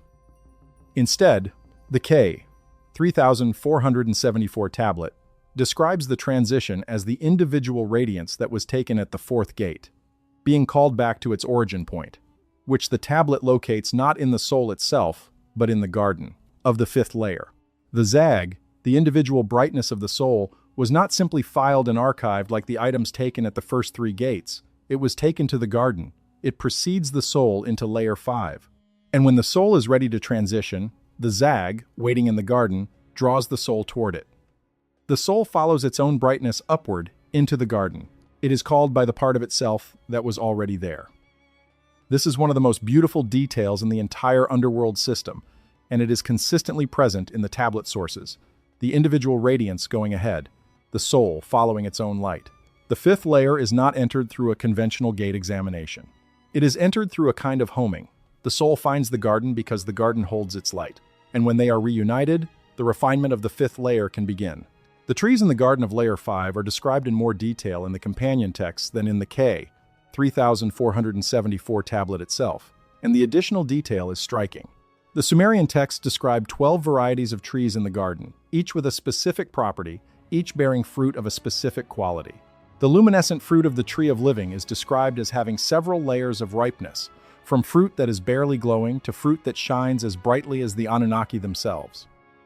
The souls that enter the garden are described as spending time near different trees at different stages of their residence in the fifth layer, beginning near the less luminescent trees and gradually, as the I Am Ma activates, moving toward the trees with the most intensely glowing fruit.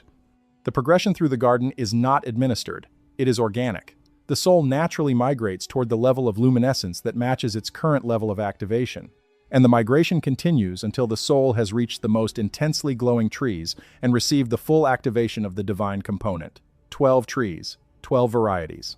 In a sacred enclosure associated with the Anunnaki, in the deep underworld, the number 12 appears throughout Anunnaki-associated cosmology in a way that has occupied ancient astronaut researchers for decades.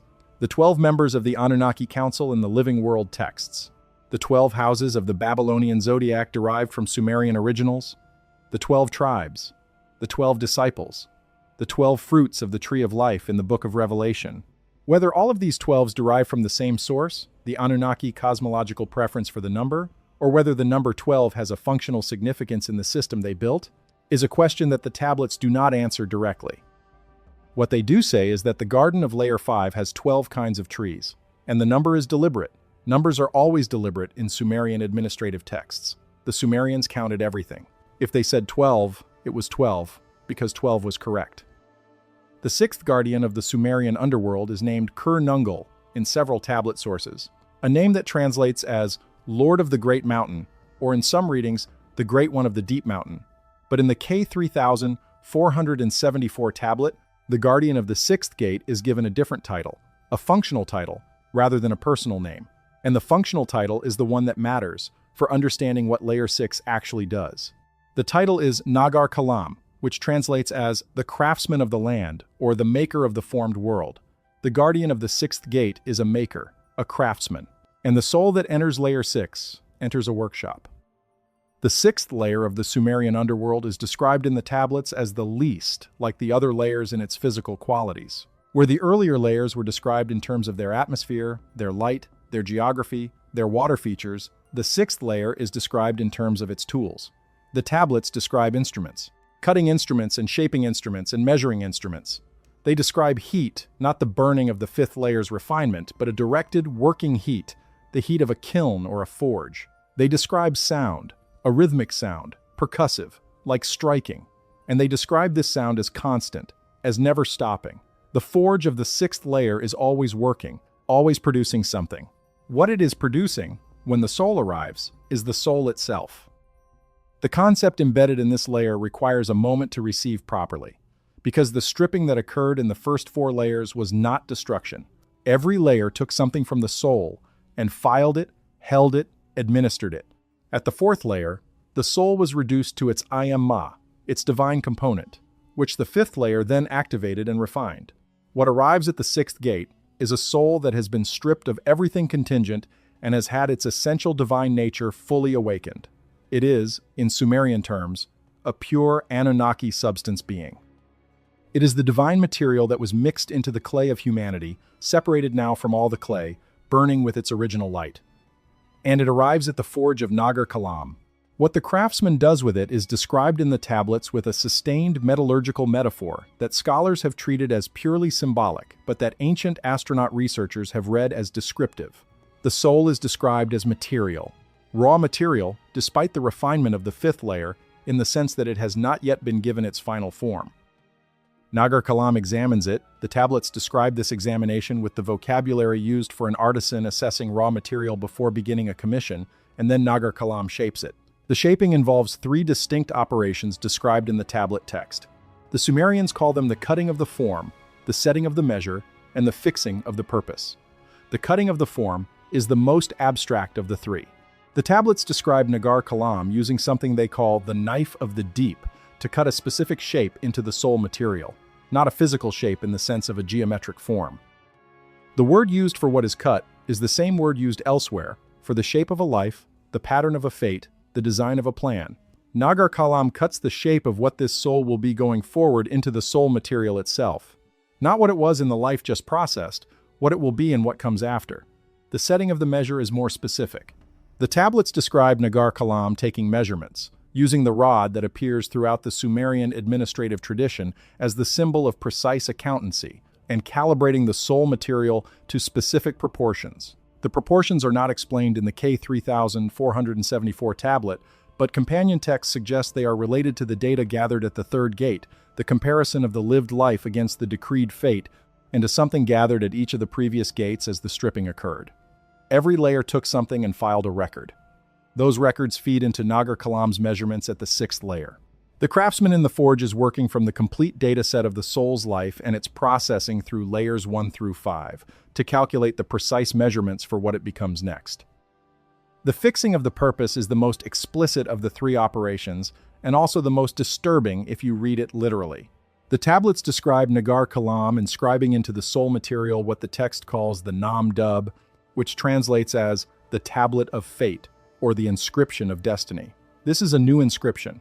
Not the original fate written by the Anunnaki Council before the life began, the one that Ningish Zeta checked in the third layer, a new one, written by Nagar Kalam based on the complete processing of the soul through the underworld system. The soul that leaves the sixth layer carries an inscription that determines its next existence, whatever that existence will be. Whether it will be a new human life, which the fragmentary reincarnation texts suggest is one of several possibilities, or something else. The sixth layer writes the program for the next cycle, and the sixth layer's craftsman is the programmer. The ancient astronaut reading of this is perhaps the most explicit claim in the entire framework. The Anunnaki are running a system that not only processes souls after death, but programs them for their next iteration. The underworld is not just a receiving and processing facility for the dead. It is a design facility for the next generation of living beings. The data gathered at every layer, the social identity filed with Neti, the memories inventoried in the river, the life-to-fate comparison recorded by Ningish Zeta, the radiance stored at the fourth gate, the divine component refined in the fifth layer garden, all of it flows into the sixth layer, where Nagar Kalam uses it to write the next fate. The Anunnaki are iterating. They are running a directed evolutionary program. Each life generates data. The data informs the next design. The design is inscribed into the soul at the sixth layer.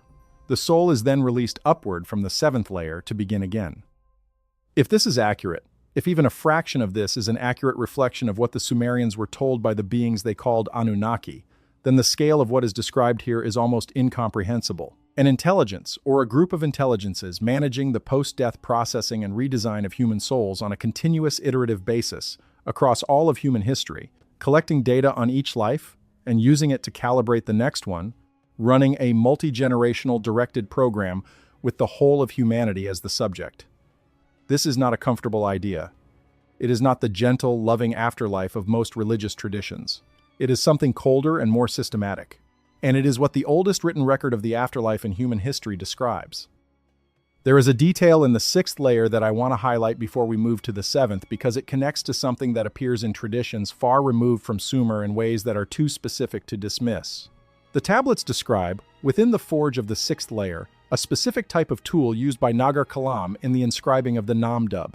They call it the stylus of the deep, and they describe it as made from a material that is not stone, not metal, not wood or reed, but from a substance that the Sumerians call the first matter, which is a term that appears in their cosmological texts in the context of what the universe was made from before the Anunnaki shaped it. The stylus of the deep is made from the fundamental substrate of reality itself. What Nagar Kalam uses to write the new fate into the soul is made from the same material as existence. The inscription it makes is not external to the soul. It becomes part of the soul's fundamental structure. The new fate is not a label attached to the soul from outside. It is written into the soul's essential composition in the same way that the universe's structure is written into the first matter. The soul that leaves the sixth layer is not carrying a new set of instructions. It has become a new set of instructions. The fate for the next existence is not separate from what the soul is. It is what the soul is. This is, in philosophical terms, a remarkably sophisticated position. It is also, in practical terms, a description of something that many people recognize intuitively when they think about why people are born as they are, why certain temperaments and drives and capacities seem intrinsic rather than acquired, why some people seem to arrive in the world already oriented toward specific experiences as if they knew they were coming. If the Sumerian system is accurate, those intrinsic qualities are Nagar Kalam's work. They are the previous existence's data, processed through the sixth layer, rewritten as the fundamental structure of the new being. The soul that leaves the sixth gate carries the stylus's inscription. It carries nothing else from all the layers it has passed through. The Namlu, filed with Neti, gone. The memories held in the river, gone. The life record in Ningish Zeta's hall, gone. The individual radiance taken at the fourth gate, gone. Even the refinement of the fifth layer is now baked into the new inscription rather than carried as a separate quality. What leaves the sixth gate is entirely the product of the inscription. It is the new fate, embodied, ready. And it walks into the seventh layer, into the presence of the being that the Sumerians considered the most powerful and most terrible entity in all their cosmology. Not Enlil, the king of the gods, not Anu, the father of the Anunnaki. The most terrible entity in Sumerian cosmology is the queen of the underworld, who has ruled the great below since the beginning of the system, who receives every soul that completes the passage through all 7 layers, and who makes the final determination about what happens next. Her name is Ereshkigal, and the 7th layer is her throne room. The forge of layer 6 produces a product. The K-3474 tablet describes what the new inscription written by Nagar Kalam actually consists of, in terms that are unusual enough to have generated significant scholarly disagreement about the correct translation. The inscription is described as containing 3 components. The Sumerians call them the nature, the conditions, and the purpose. The nature is the fundamental kind of being. The soul is being written as the temperamental and dispositional structure of the next existence. The conditions are the circumstances into which the soul will be placed, the family, the location, the social context, the historical moment. The purpose is the new fate, the new Namtar, the program for what the soul is supposed to accomplish and learn in the next existence. What determines these 3 components? The K-3474 474 tablet describes a process that involves all of the data gathered in the previous 6 layers. Nagar Kalam has access, through the underworld's administrative network, to the records held by Neti, the archive held by the river, the life-to-fate comparison from Ningish Zeta's hall, the radiance that was taken at the 4th gate, and the quality of the I Am Ma's activation in the 5th layer garden. All of this data feeds into the 3 components.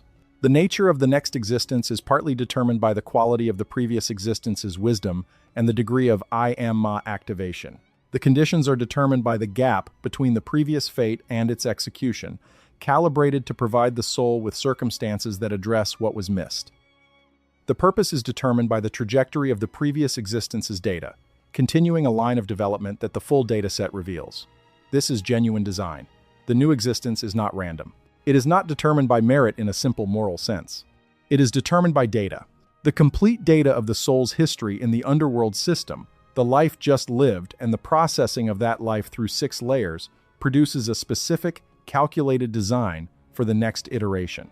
Nagar Kalam is not making arbitrary decisions.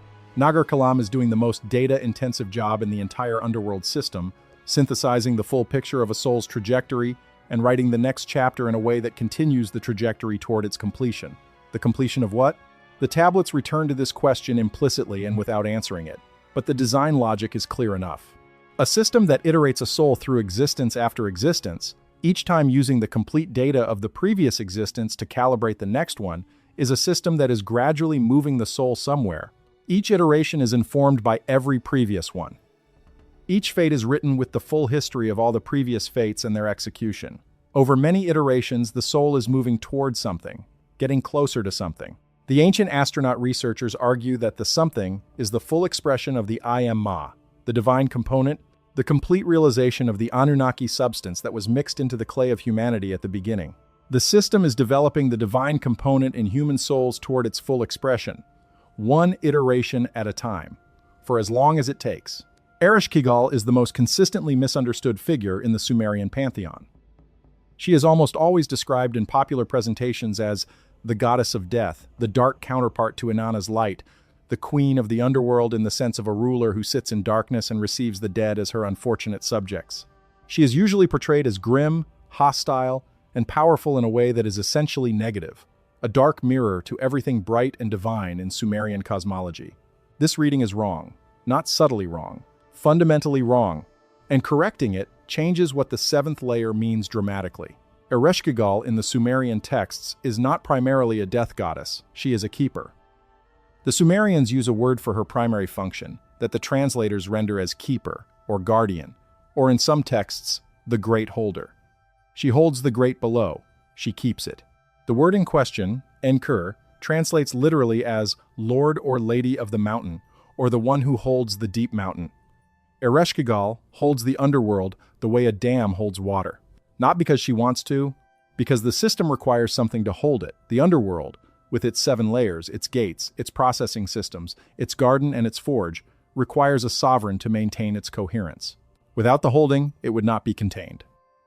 Without Ereshkigal, the boundaries of the 7 layers would dissolve, and whatever the underworld processes would be released into the surface world without completing the processing. The tablets that deal with Ereshkigal most directly, especially the descent of Inanna, describe her in the throne room of the 7th layer as seated on a throne of lapis lazuli, which connects the 7th layer to the Ganzir, where the journey began. Both are described with the same sacred blue stone, and wearing a crown of horns, the horned crown being the universal Anunnaki symbol of high divine rank, the crown worn by the most senior Anunnaki in every tablet where they appear in formal capacity. Ereshkigal is not a second-tier deity managing a department that nobody else wanted. She is one of the highest-ranking Anunnaki in the entire system. Her assignment to the underworld is not a demotion. It is the placement of the most capable administrator in the most critical position. And her court, her throne room, the 7th layer itself, is described in the K3474 tablet with a density of architectural detail that exceeds any of the other layers. The 7th layer is the most described space in the entire underworld system. And what it looks like is this. The space is enormous. The tablets give scale terms that translate to something like as wide as the greatest city. It is not a cave or a throne room in the familiar sense.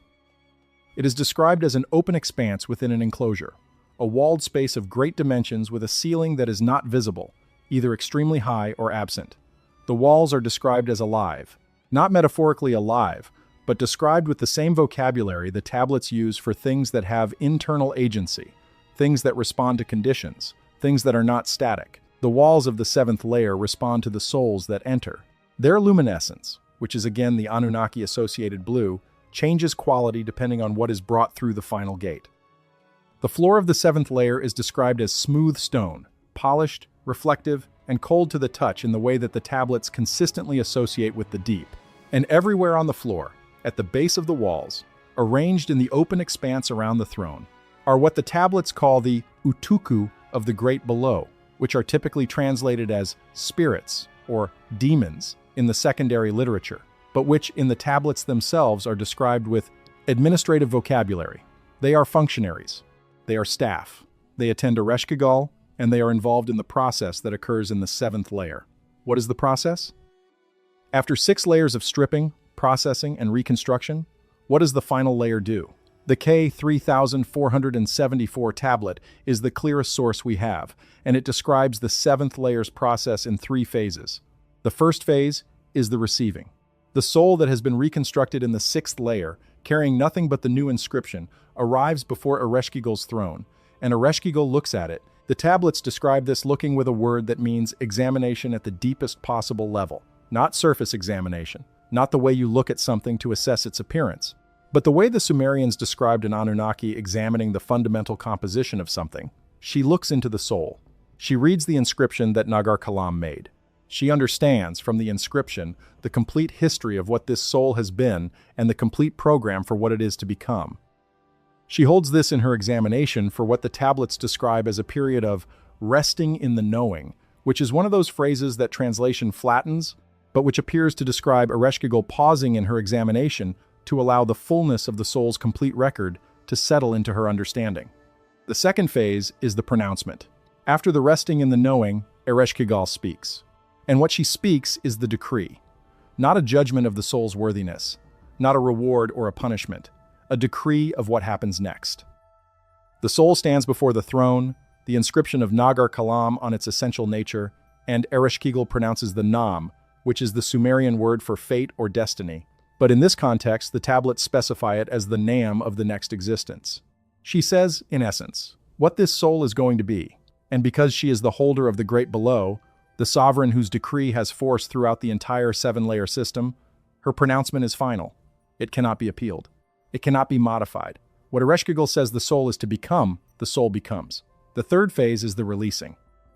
After the pronouncement, the utuku of the great below, the staff in the 7th layer, execute the decree. The soul is directed, and the direction it is given takes it upward. Not back through the 7 gates, not back through the layers it descended through. The Sumerian underworld has a different exit than its entrance.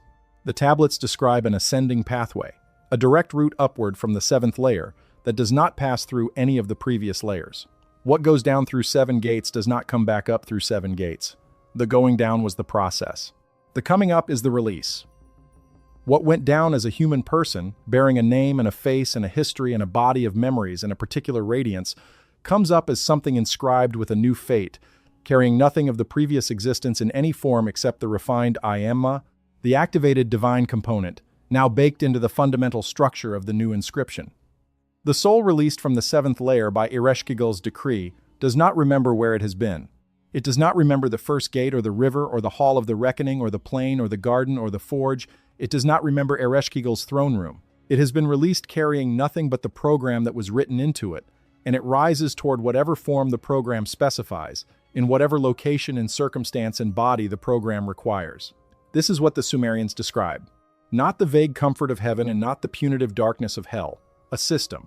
A complete, closed, administratively managed system, run by the Anunnaki in the great below under the sovereignty of Ereshkigal, through which every human soul is processed, stripped to its essential nature, transformed by it, written with a new program, and released upward to begin again. And Ereshkigal holds the whole thing. She holds it so that it functions. She holds it so that the processing is complete before release. She holds it so that what rises from the 7th layer is what was supposed to rise, not a half-processed soul escaping through a gap in the walls. The Queen of the Dead is not death's ruler in the way mythology presents her. She is death's quality control. She is the sovereign whose primary function is ensuring that what leaves the system is ready to be what it has been inscribed to become. The tablets that describe Ereshkigal's relationship with the other high Anunnaki are some of the most politically complex documents in the Sumerian corpus. There is a tension between the underworld administration and the heavenly administration that runs through multiple texts. Ereshkigal is not subordinate to Anu or Enlil in any simple sense. She is sovereign within her domain. The agreements between the heavenly Anunnaki and the underworld Anunnaki about what souls can be released, when, and in what form, are described in the tablets as negotiated arrangements, formal compacts between two administrative bodies, not orders passed down from above to below. Ereshkigal negotiates. She has standing. She has authority that the heavenly Anunnaki must respect. This is significant. The structure of the Sumerian cosmology is not a simple hierarchy, with Anu at the top and the underworld at the bottom in a moral sense.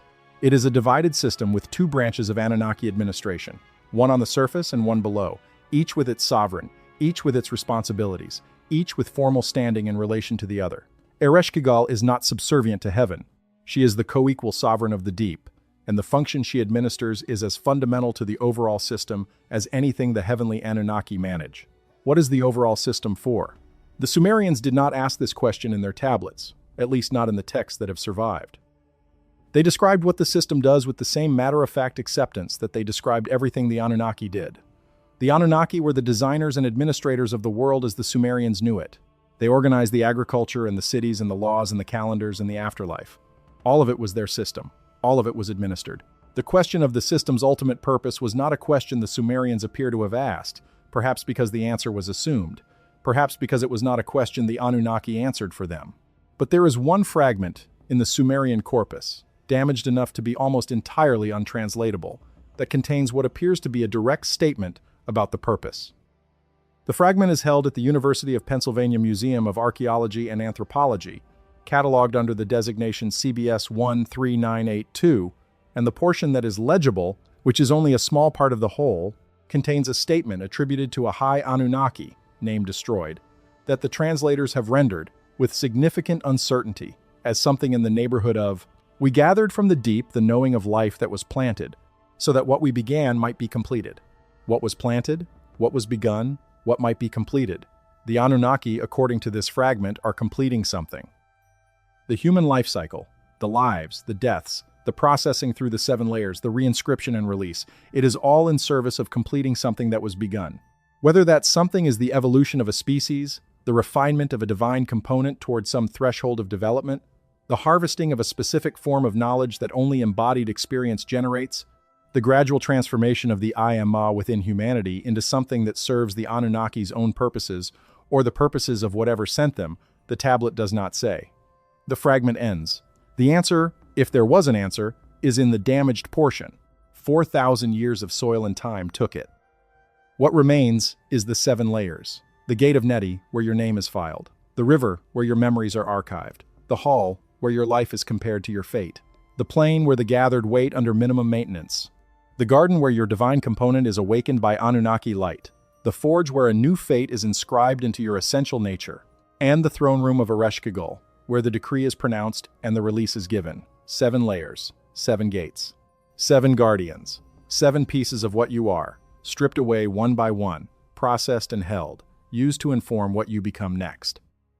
And at the center of all of it, the oldest question in the world, asked by Neti at the very first gate, before any of the stripping begins, before any of the processing occurs, who sent you? The Sumerians knew the answer. Or at least, the beings who gave them this map knew the answer. The question is whether we are brave enough to take it seriously. What Ereshkigal says over each soul she receives at the 7th gate, the final pronouncement of the Nam, the decree of the next existence, is the confirmation of Nagar Kalam's inscription. She does not rewrite it, she does not modify it, she reads it, in the deep seeing that the tablets describe, and she confirms it, she pronounces it. And in the pronouncement, it becomes fixed in a way that even Nagar Kalam's inscription in the 6th layer was not yet fully fixed. Nagar Kalam writes, Ereshkigal pronounces. The writing is the design, the pronouncement is the activation. Together they constitute what the tablets call the complete Nam for the next existence. The design becomes destiny when the Queen of the Deep speaks it. The releasing from the 7th layer, the upward path that takes the soul back to the surface to begin again, is described in the tablets as being accompanied by a specific experience in the soul. The word the Sumerians use translates as the forgetting of the forgetting, and it refers to something stranger than simple amnesia. The soul, rising from the seventh layer, does not simply forget the underworld journey. It forgets that there is an underworld journey to be forgotten. The normal state of a soul in a new incarnation is one of complete integration of the new inscription, with no sense that there is a prior history, that the new fate is not the whole story, that the life being lived is one iteration in a longer sequence. The forgetting of the forgetting ensures that the soul engages fully with the new existence, without the distraction of knowing what came before. The design requires genuine engagement with the current iteration for the data to be meaningful. A soul that knows it is being iterated cannot engage with the iteration the way the design requires. So the forgetting is total, not just forgetting the underworld, forgetting that there is anything to forget. The rare exceptions to this, the souls that come into new existences with fragments of memory of previous lives, are described in the fragmentary tablets as a known anomaly. Something in the forgetting process of the seventh layer release occasionally fails to complete. A thread remains.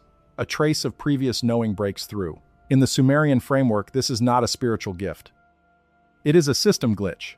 The soul with memory of previous lives is a soul that the seventh layer's release process did not fully complete.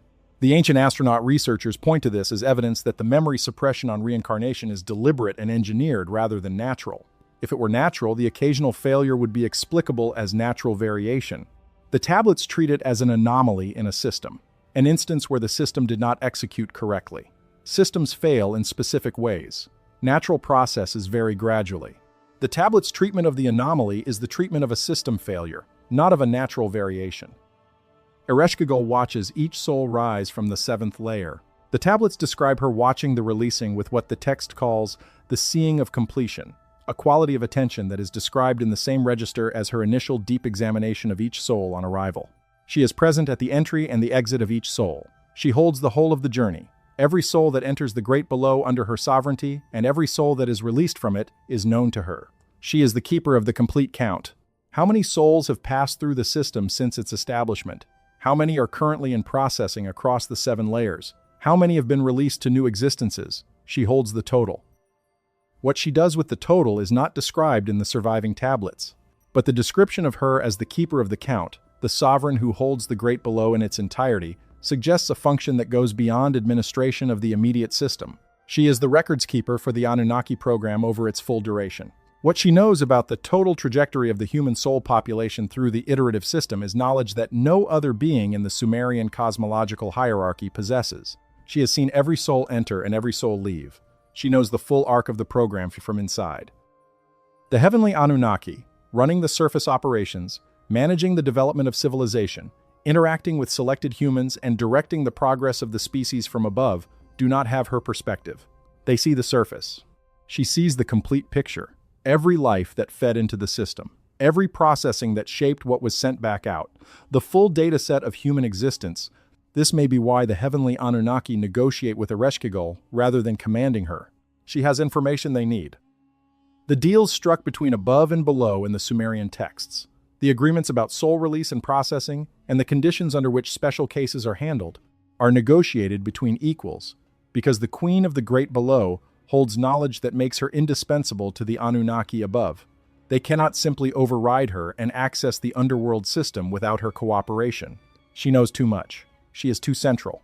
The Great Below and the Great Above are in a dependent relationship, and the dependence runs both ways. There is a line of thinking in the academic world, very respectable, very reasonable, that says ancient texts are the products of human minds working through human problems with the tools available to them. The Sumerians were afraid of death, so they built an elaborate mythology about the underworld to give death structure and meaning. The details, the 7 layers, the gatekeepers, the river, the forge, are not descriptions of a real place. They are the architecture of coping. They are the way a brilliant ancient civilization made death less terrifying by making it organized. This is a comforting reading, and it may be partially true. Human beings do construct meaning around death. Every culture that has ever existed has done this. The architecture of coping is a real phenomenon.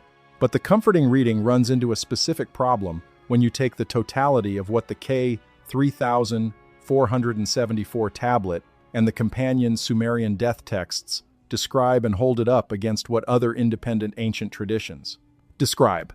The problem is not that all these traditions describe an afterlife that is expected. The problem is that they describe the same afterlife, with the same structure, at the same stages, with the same mechanisms, and they did this in isolation from each other, without contact.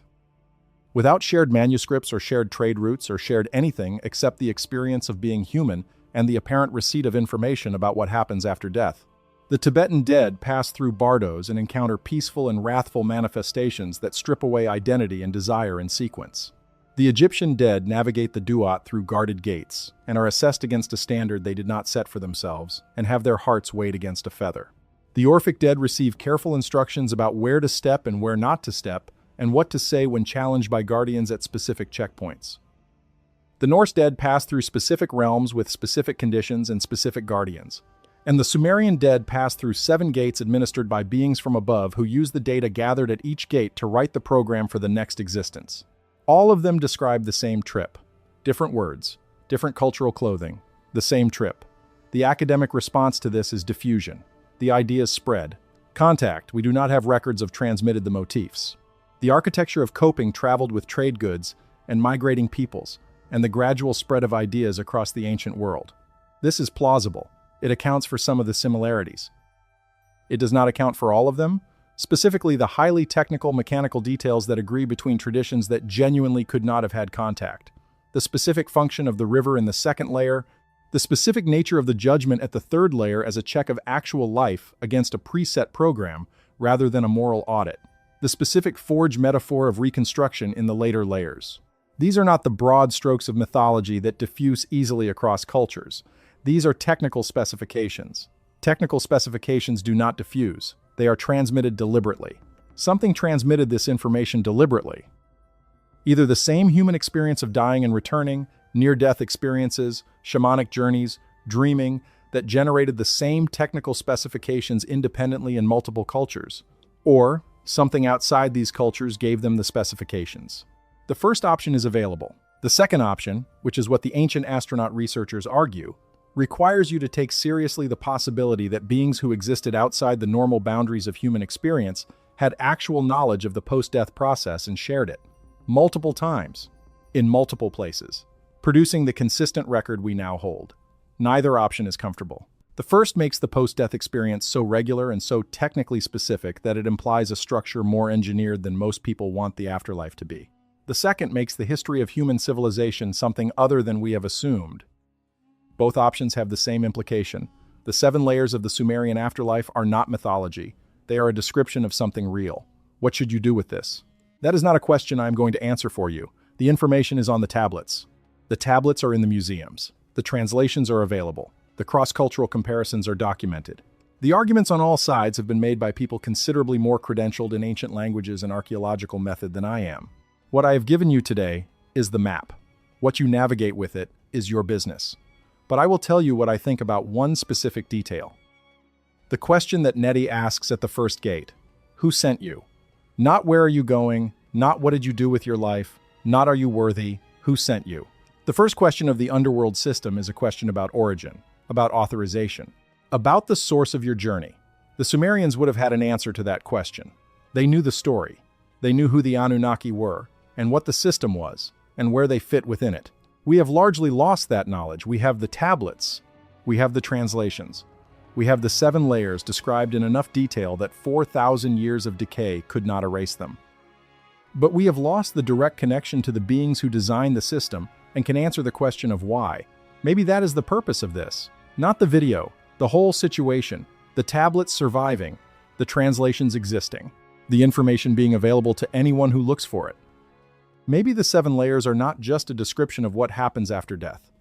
Maybe they are an invitation to ask the right questions before death, to understand the structure before you enter it, to know, when Nettie asks who sent you, that the question is the beginning of something, not the end, and that the answer you give will determine how the gates open.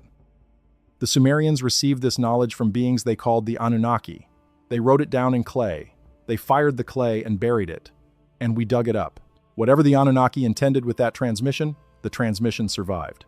The oldest map of the afterlife in human history is still here, still readable, still waiting for the question it was written to answer. Who sent you? 4,000 years later, and we are still trying to figure that out. There is something worth saying at the end of a journey like this about the relationship between knowledge and responsibility. The Sumerians did not choose to receive this information. It was given to them by the Anunnaki, if the tablets are taken at their word, as part of the administrative framework the Anunnaki established for the civilization they built. The Sumerians wrote it down because writing things down was how they ran everything. They wrote down grain inventories and property transfers and royal decrees and the structure of the underworld with the same scribal thoroughness, because they lived in a world where information was not categorized into sacred and mundane in the sharp way that later traditions categorized it. Everything the Anunnaki gave them was information. They recorded it. What we do with that record is a different question. The information about the 7 layers does not require you to believe that the Anunnaki were extraterrestrial beings managing a directed human evolution program. The information survives its interpretive frame. You can take the 7-layer structure as mythology, as the architecture of a brilliant ancient culture's coping with death, and still find in it more sophistication and more humanity than the reward and punishment framework that replaced it in the traditions that followed. The completion theology of the Sumerian system, the idea that every soul is processed through the system to completion, that the purpose of the underworld is not judgment but understanding, that no soul is permanently discarded but every soul eventually receives what it needs to continue, is a more generous and more complex vision of death's meaning than most of what came after it. You can take the 7-layer structure as evidence of genuine non-human intelligence, transmitting actual knowledge of the post-death process to a receiving civilization, and find in it a framework for understanding the purpose of human life that has no parallel in any conventional religious tradition. The framework it provides is not comfortable. A managed, iterative program, with data collection and fate writing and administrative processing and reinscription, is not the warm embrace of a loving God. It is something colder and more systematic. But it is also something that takes every life seriously. Every life generates data. Every life contributes to the next inscription.